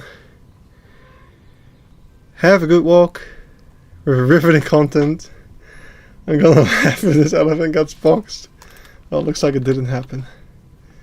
Sada did a good job. Whew, I'm out of breath. Not from the walk, but from like running up the stairs. I don't know why I ran. I shouldn't have done that. Now I look bad. Now I look like I have no stamina. I mean, I gotta have some stamina because I had an average. Oh, this is a great story. It's a very short story, but it's great. So I did a lot of steps. Like the Berlin Tier Park, biggest zoo in the world apparently, or in Europe. I did almost 20,000 steps that day, and that was just the zoo because I went to the zoo by car. So I took car to the zoo. What did I have for dinner that day? What did I have for dinner that day? I think. Oh no, I just ate at the zoo. Yeah, I ate at the zoo. So I just woke up, I drove to the zoo, went to the zoo, and I went to my hotel, and that was the entire day. Almost 20,000 steps. You are a YouTuber though, so it's not surprising. Thank you. So, and then the rest of the days, like, there was not a day that I did not hit 10,000 steps, except for the day that I was just in bed sick. So, I was pretty proud of that fact. Like, oh, look at what an active holiday I had. So I tell my grandparents this when I'm like catching up with them after my holiday. I'm like, yeah, and then I averaged like 16,000 steps a day. And my grandma, without missing a beat, is like, oh, you don't look like you've lost any weight. Thanks. Helen, look how active I've been. Oh, well, you're still fat. Thanks, Grandma. Love you. Love you. Love you too. Very lovely. So that was great. Anyway, where were we? Oh yeah. So I was done in Schwerin. I had basically done 2 laps of the zoo, and I figured, yeah, well, those other 2 zoos that I had seen on my route to Hamburg, let's check out what those are all about. So I went to Timmendorfer Strand, which is a little beach town. We should pause the game because our frame rate is dying. Little beach town that had a sea life aquarium, so I went there first, and it was a very average sea life aquarium. Like after Berlin, which was probably the worst sea life aquarium I'd been to ever, Timmendorfer Strand was just a good, like, this is what I expect of a sea life aquarium. They had Asian small-clawed otters. They didn't have penguin, that was a little bit of a missing from the sea life checklist, the sea life bingo card. Yes, I am back. But they did have just the average like sea life tunnel aquarium with black-tip reef shark, which Berlin didn't. They had a couple of other cool things, like this really cool species of turtle that I always forget the name of. So in general, just a decent sea life and a nice thing to add on to the trip. Just, another thing to be like, I've been to so many zoos, even though it's debatable if aquariums count to the zoos I've visited count, but I feel like they do. It's a zoological facility, kind of. So, yeah, and then I still had more time left after that, because, I never spent too much time at sea life, like an hour and a half-ish, generally. So, I figured, okay, well, there's also this bird park here. Let's check that out. It doesn't look too spectacular or anything, but we're here anyway. I have time to kill. I should be careful that I don't overexert myself again, but I can always go home. So aquariums are wet zoos. Was by any chance a fly river turtle? Fly river turtle. No. It was the really cool looking one, and now I'm gonna look it up because now I need to know. So let me just quickly check out Timmendorf. Stone sea life turtle. It is the Mara turtle. How do I not remember that name? That is such a funny and cool name. So yeah, just to pull up the guy. Yeah, Mara. Exactly, you guessed it right as I was naming it. Like, look at them. They are so cool. They just have such a unique head shape. I love them. So, yeah, you did. So, yeah, they had that. So that was just a cool little surprise. They had octopus, which was cool. Though a lot of the sea lives I was on my trip did have octopus. So it wasn't the most special thing anymore, but still, yeah, had a good time there. But then the bird park, so it was Vogelpark Nierendorf or something. So Bird Park Nierendorf was actually a really pleasant surprise. Like at first, the first few exhibits I saw were questionable. Like I saw some birds that definitely exhibited some signs of stress and didn't have very big cages. Especially the like more parrot-like birds among them had those. But then the space opened up, and they just had these massive exhibits and so many different exhibits for all sorts of cranes and kind of like wetland type birds. So you had the Japanese crane, the white-naped crane. Black-necked crane, just all sorts of cranes, and in these awesome looking exhibits. It was really quite lovely. I was very pleasantly surprised by that place in particular. They are some of my favorites. We had some at the pet shop you were internshipping at. Also, we had them at Aalborg. Funny story, they're not signed in the zoo. So when I saw it, I was in shock. They're so cool. They are really cool. They have one of the funnest historical names in my opinion. Imagine being called the River Rotting Sack. That is kind of sad, but also really funny. But yeah, the bird park was really cool. They also had a whole bunch of owls, and at that point I was thinking like, wow, they have like more owls than Owl and Animal Park the Pie over here in the Netherlands, which yeah, according to some is the worst zoo here.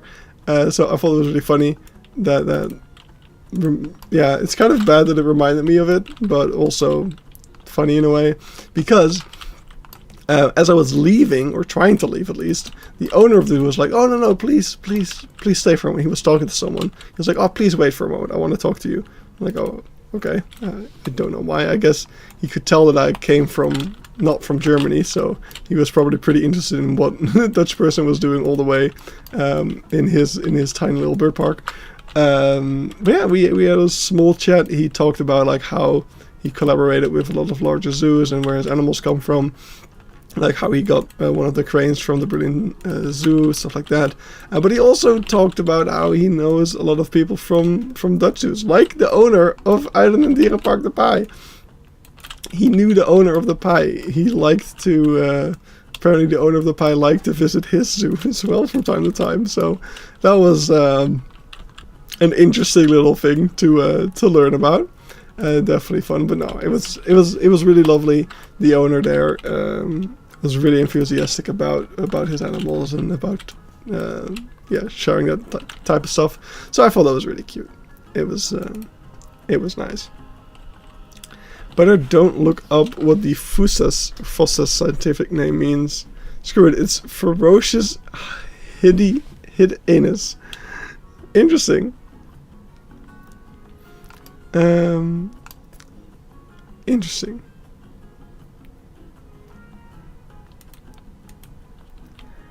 How did he get animals? I really want to know how smaller non-EZA zoos get their animals that isn't store-bought.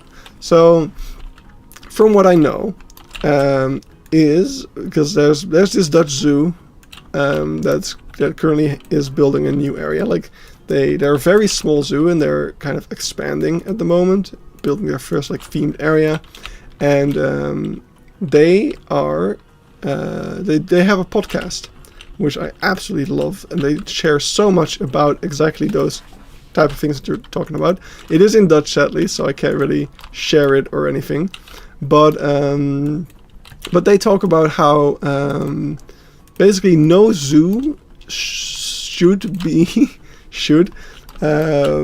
buying their animals. That's not how even the non-ESA zoos, according to them, should be doing that. I'm not sure if that is actually the case, because I can definitely imagine some of the shittier zoos doing that, but they don't. It's all trading. So all zoos trade with each other, and that's how even smaller zoos get their animals. And small zoos are also sometimes part in EEPs, like the ESA Exceed program.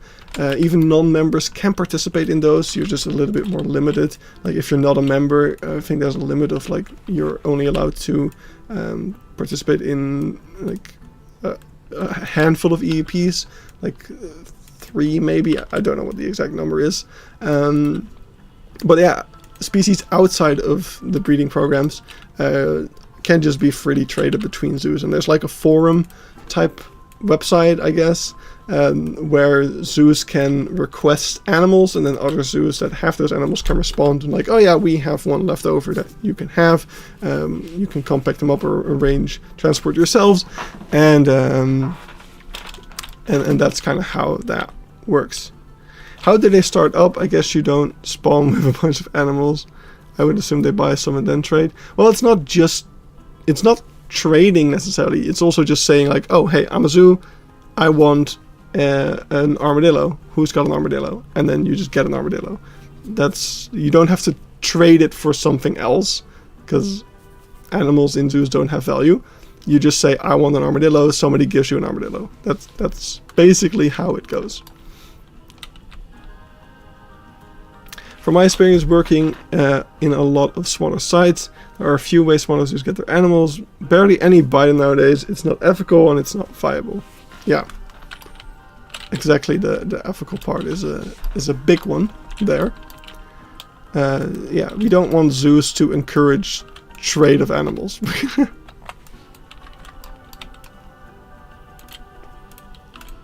Because that's like one of the main things that's one of the main reasons a lot of the animals in zoos are endangered. So definitely don't want to like be part of that. So if I walk to Blijdorp and ask for an animal, can I get one? If you're a zoo, yes. Somebody already answered. So in the Netherlands, you definitely probably need a proper zoo license,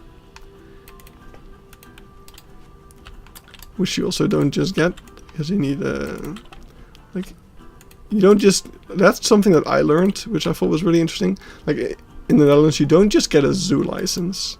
You get a license for every animal that you want to display in your zoo. So every animal that you have or want to have needs to be approved by this like government body that actually will check like, okay, what are your plans with the animals? What will the enclosure be like? Will it be like up to the requirements for the animal that you plan on keeping? Yeah, they check all of that stuff to make sure that it's all up to par and all goes well. So yeah, really cool stuff to kind of learn about. Casually walks out with a protein bear, yeah. Breeding loans are a thing, but they're more complex affairs. Yeah, I I know that because when I was at the Silter Reptilienhus, the one I did a Zoo Tour Snippets video on, like they have a lot of crocodiles that they got from the Danish Crocodile Zoo, and they're kind of like, they have co-ownership over those crocodiles. So also if offspring gets born, yeah, half of it will belong to the Danish Crocodile Zoo and the other half will belong to the Reptilienhus. So there is collaborations of those sorts. It does happen.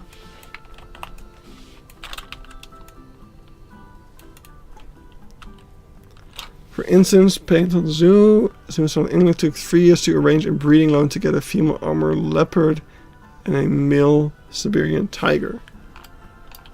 Right. Yeah. I'm guessing within breeding programs it happens a bit more, I suppose. Because I know that also from like Beekse Zoo, their male aardvark, there's a bug. Come on, get away. Oops, sorry, I hit my... What? How does he keep escaping? You bitch. Like Beekse Zoo sent their aardvark to Cologne, right? So that like they sent their male to Cologne so that he could breed with the females and then he would come back after a while. Stuff like that also happens indeed.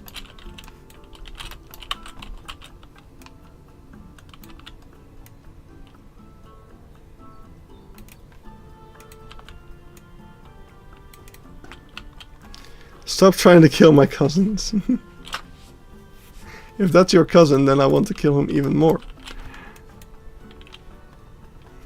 Happens more often and generally quicker, but even then it's difficult to find somewhere that's willing or able to do so. Yeah, of course you need to like be in a probably relatively close distance, but even then the genetics also need to be good, right? So there's a lot that goes into that. Bugs are animals too, you know. Yeah, but they shouldn't fly into my room.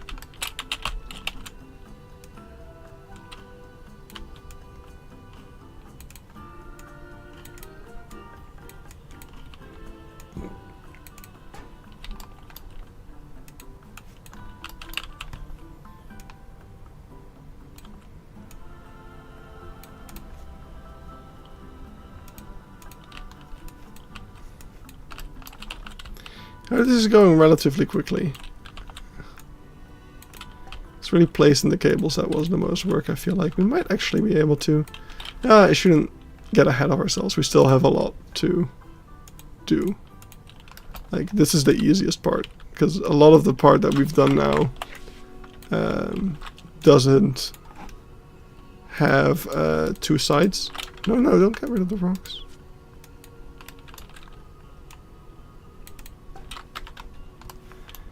Alright, oh yeah, there's even more. Haven't done this part yet. Judge is gonna find that very fun. By the way, something similar exists for domestic animals in zoos, but it's more like a dating system than a transaction with breeding loans are considered to be. Huh.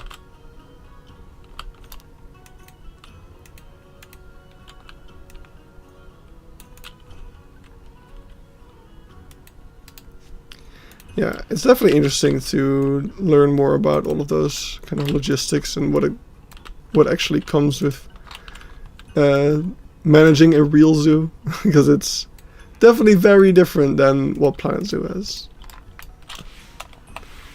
It would be cool if franchise was more like that, where you actually traded between zoos and stuff like that.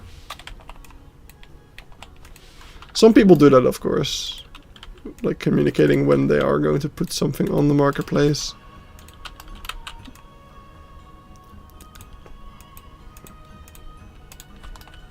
And then this is where like ZSU comes in and tries to do it the more realistic way.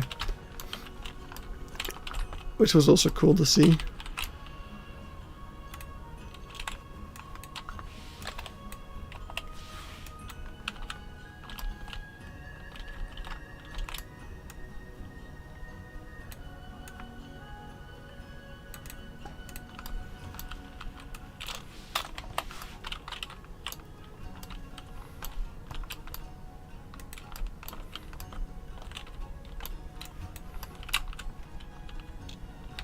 Goat Tinder. I bet that exists. I bet there's matchmakers for animals.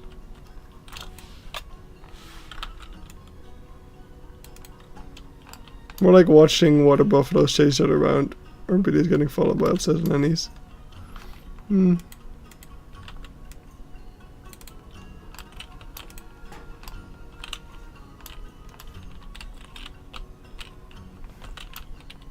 Nice.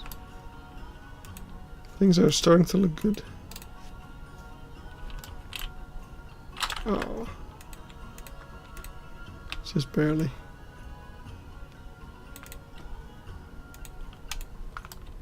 What would be some good fish species to house with European pond turtle? No clue, I'm not a fish person.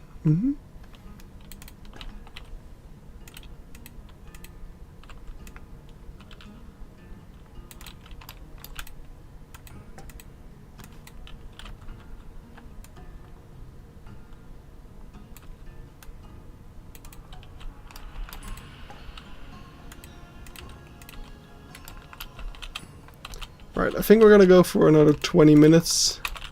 Should be enough to at least finish up this side of the angles.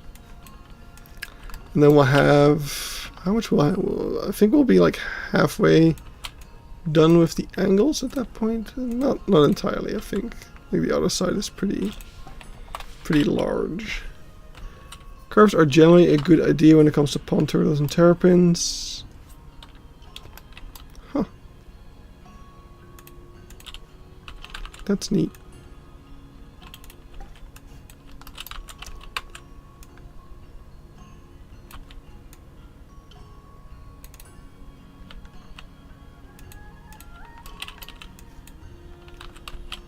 Oh, missing one.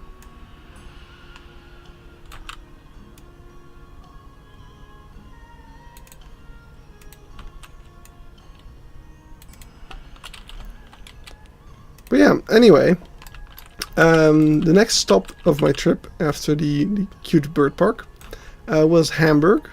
So I went to the zoo, the Hagenbeck Zoo, which is famous for kind of being the first zoo to have these panorama exhibits. So like you have the savannah exhibit with the zebras in the front and the lions in the back, stuff like that. So I really wanted to see that because it's like of the historical value. I figured it would be probably a pretty beautiful zoo. If they've pioneered that technique, you know, what else did they do with it? And as I was on my way to the zoo, Eben told me, I've heard that you should keep your expectations low. And I'm glad that he told me that in advance, because that kind of already made me temper my expectations a little bit. Because yeah, when I got to the zoo, indeed, it was not exactly what I was expecting, I guess. The type of habitat that they got famous for, there weren't really that many of them in the zoo. Like there was the original that they were known for. And then like a couple of years ago they made another one, and there was something I guess that counted towards it. It'll be clear when I make a video about it, but yeah, they really did not use that technique a lot, even though they invented it. So that was weird and a bit disappointing. Then the rest of the zoo was just very mediocre at best. Some exhibits were actually like really quite bad. Very dated things, just things that were too small or just didn't look great, were poorly designed. Yeah, there was a lot of very meh things over there in that zoo that made me just feel kind of sad. And also I bought a combi ticket because you have to pay extra for the aquarium of the zoo. The aquarium, I will say, was quite nice. It had some really cool exhibits. Nice aquarium, big tank with a bunch of sharks and stuff. Good stuff in there. But the combi ticket for the zoo and the aquarium was 45 euros, which for like the quality of the zoo especially, to me was just way overpriced. Like that was ridiculously expensive. So that just made me even more upset, to be honest. I was not a very happy customer that day. Just felt kind of cheated on. I don't know. It just not great. Do not recommend.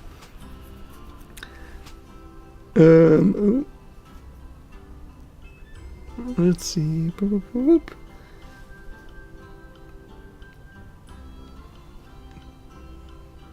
Yeah, turtles will eat smaller fish. So, Goran, what's the worst zoo you've ever visited? Like, holy heck, how are you still in business type of zoo? I want to say Pakawi Park, but for general public, that zoo is still fine. Like, I've actually heard a lot of people, overheard people talking like, oh wow, this is like Pakawi, oh, it's such a fun zoo. So, absolutely hate that. But yeah, even though it's bad in my eyes, general public will just be like, oh look, they have monkey. Ah. So I guess the pie was kind of lame and bad exhibits. Bouillon was also kind of like that. Like they had a lot of big ticket animals, but man, like I feel like even an average visitor should be able to see like that those exhibits are not great, right? So that one was a big one for me, and that especially that one was like, how are you EAZA? That was the main concern I had there. Like, how is the EAZA okay with this? It is kind of it makes me take the EAZA less seriously because of that zoo being a member, to be honest. But yeah, the EAZA is the European Association of Zoos and Aquaria. So that's the kind of the big group of zoos that are all like working together, and it should be like it's the big boy club of zoos in Europe. And it should be kind of a mark of quality. Like if you're a member of the EAZA, that should mean that you have a good zoo, that you take good care of your animals and stuff. But yeah, when zoos like Bouillon exist, that makes me question it.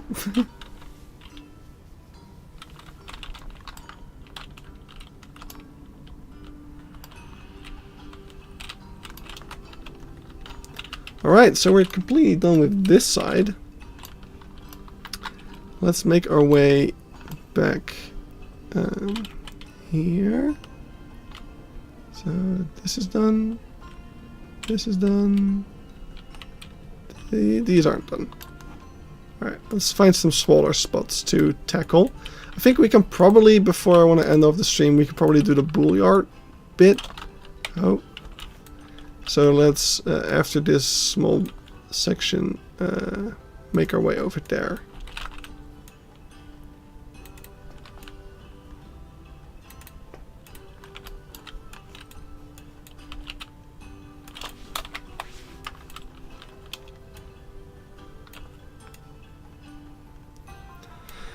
Hello, what did I miss? Not a lot. We have just been doing this. We have just been placing these cables down. So, and I've been talking about my holiday.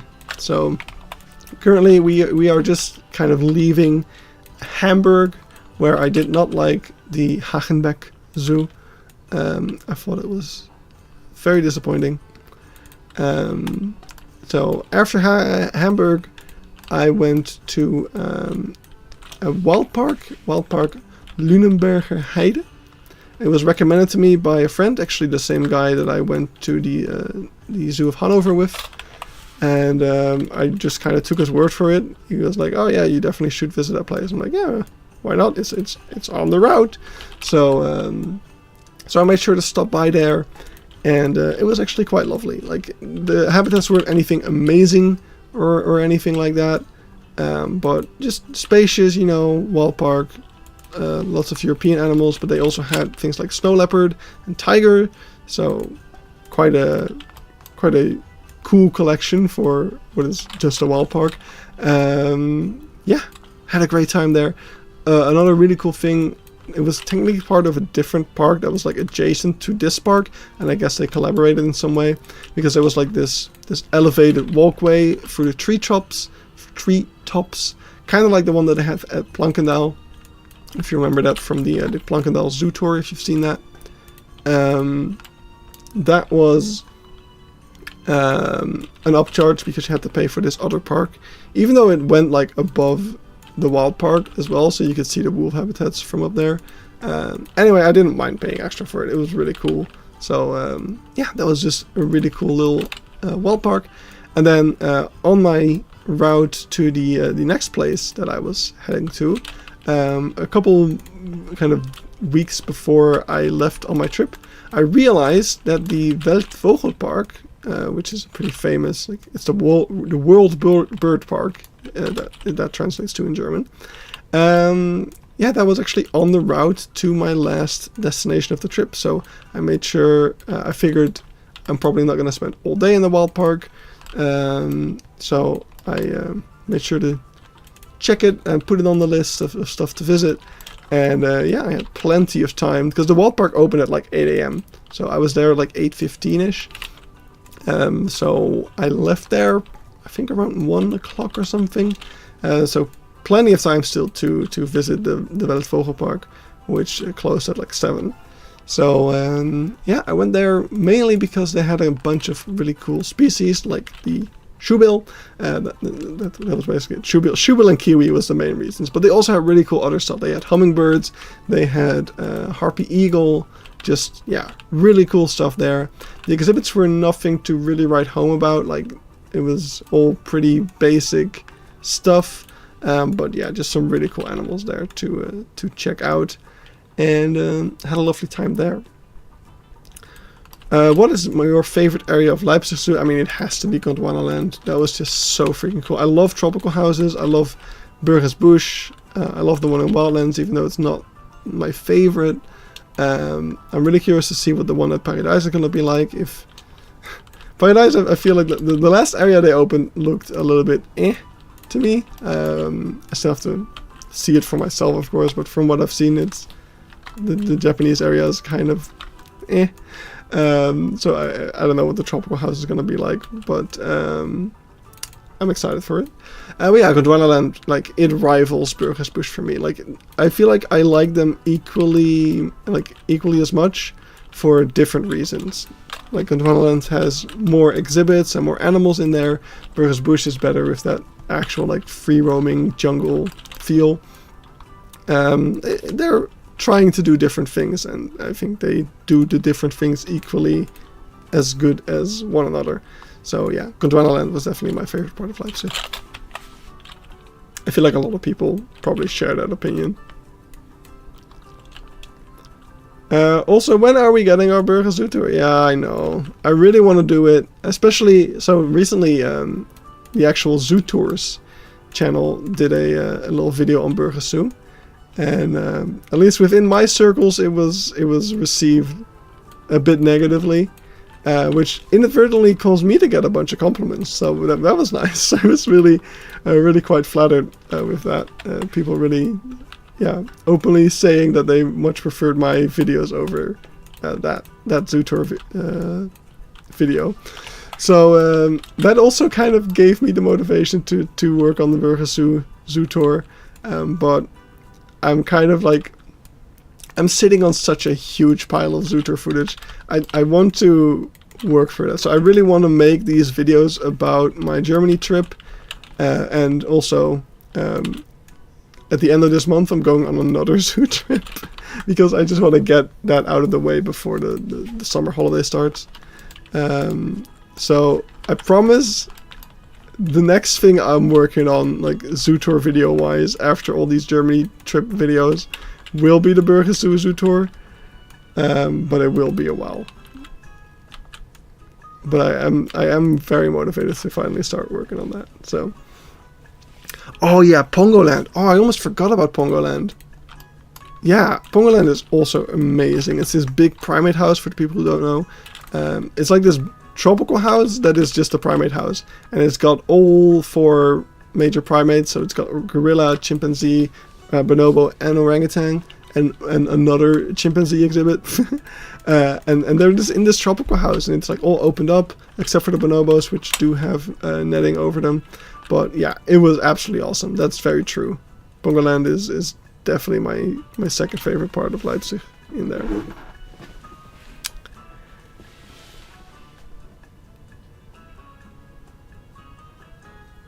I can understand since the whole video was just an afterthought since he's planning a larger video soon. Oh, really? The Zoo Tours guy. Interesting.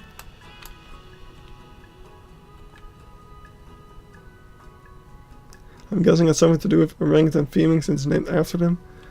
I mean, there were orangutans in there.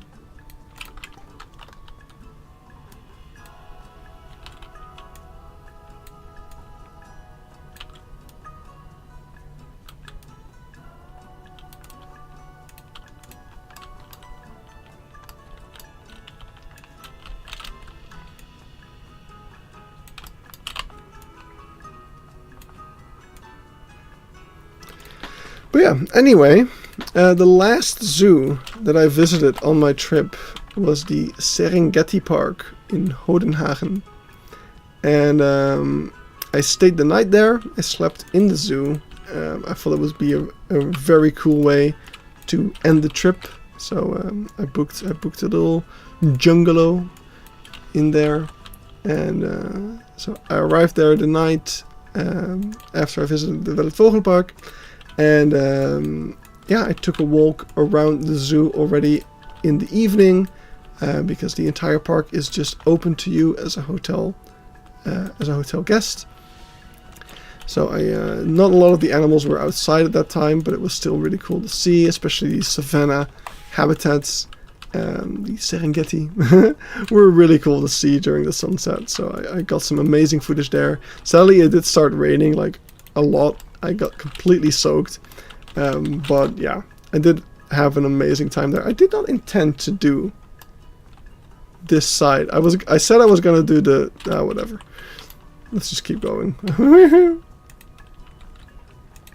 But yeah, the main draw of the Serengeti Park was the car safari. They had an even bigger car safari than the Beekse Bergen. It was like 10 kilometers long or something, and it was definitely really cool to see a different car safari. I did see another car safari when I was in Belgium at Mont Sauvage, but that was a little bit of a disappointment. Like, it was basically just one big field with a whole bunch of antelopes on there. This one was actually a proper car safari, like the one at the Beekse Bergen, with several habitats. They had a bunch of species that I would have never imagined to ever see in a car safari again, or ever. Basically, they had lions, they had pygmy hippo, they had white rhino in the car safari. So yeah, really, really awesome to get to experience that. Although I will say the enclosures themselves weren't that interesting. It was basically like the part of the Beekse Bergen that's like the European forest and stuff. It's just a forest with a road through it, and it's all very flat, and there's no real, like, they put up some decorations in like statues and stuff like that. But other than that, there's not a lot going on in there.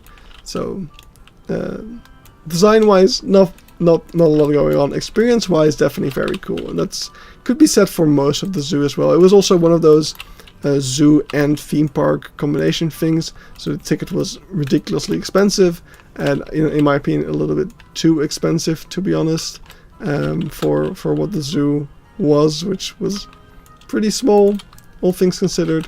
Of course, there was the whole theme park part as well.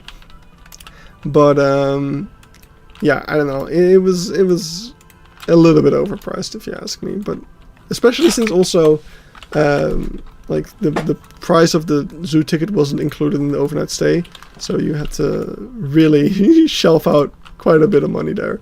So not perfect, but still had a good time, still loved seeing those animals. I would have loved to take a second round around the car safari, but like you could expect, at the end of the day, there was just a huge traffic jam, and I did not feel like dealing with that. So I just went on my merry way home after visiting over 20 zoos. So yeah, had a great time. I was very tired, but yeah, no, lots of good memories, amazing videos and footage that I can't wait to share. I got some awesome souvenirs, a bunch of books about some of the zoos. I expanded my red panda snow globe collection, which, by the way, I came home. Right? Okay, wait. I gotta show this.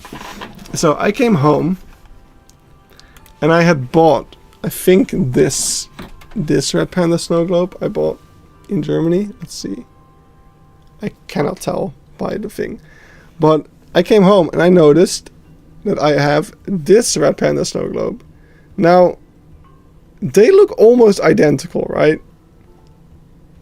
It's like a little game of spot the difference, because if you look closely, they are different.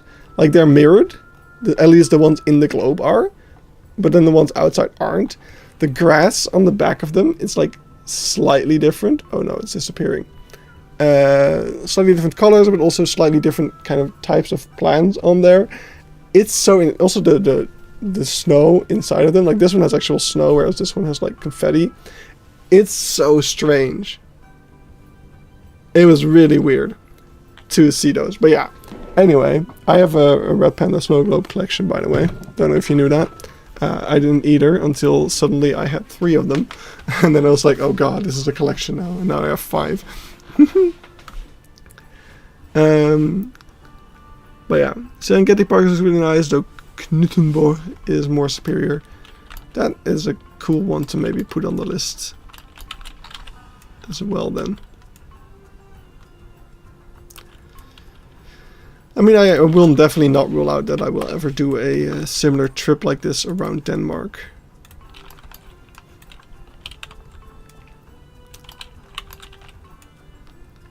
I feel like this pole is way too tall. I'm not gonna go all the way up in there.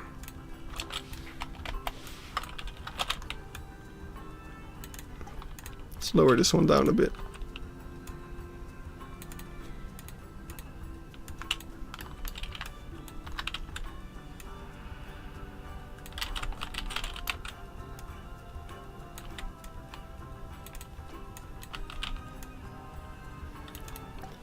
Please come to Denmark. I want to. Eventually I will. There's so many zoos I want to see, man. It's hard to prioritize.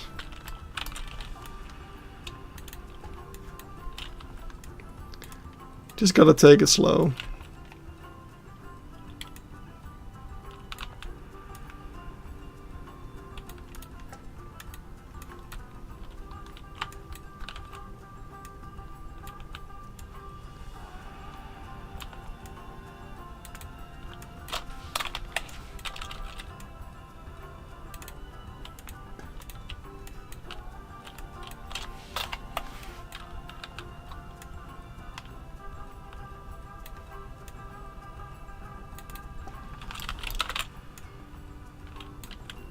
Alright, as soon as we get to the bridge, I'm going to end the stream, because it's about time for me to give my voice some rest. I've at least said something about every zoo that I've been, so I've somewhat covered the trip. Well, there's definitely still more to talk about, but all in due time. Now I feel like this one kind of went up a little bit. Oh, what happened? There we go. Alright, so that wraps up most of the stuff. So we still have to do all of this, all of the left side of this. This side is done, so there's just this little part, all of these kind of smaller bits, this side. Oh, we actually did quite a lot. So what is left is this and this. It's a little penis-shaped thing over there. So Summer Game Fest also starts in a minute. Well, perfect timing. You can go watch that if you're interested. I'm gonna probably watch some other YouTube stuff and enjoy my evening. Have a great weekend, everyone. Hope you enjoyed the stream, even though we did the most boring thing imaginable. We'll be back soon wrapping this up, or maybe I'll wrap it up tonight. I'm not sure. I don't think I feel like doing that. So we'll probably wrap it up some other day, and I will see you around. Oh no, the veil has been lifted. He's looking for the thing. There it is. Thank you all so much for watching. I'll see you in the next one. Bye bye.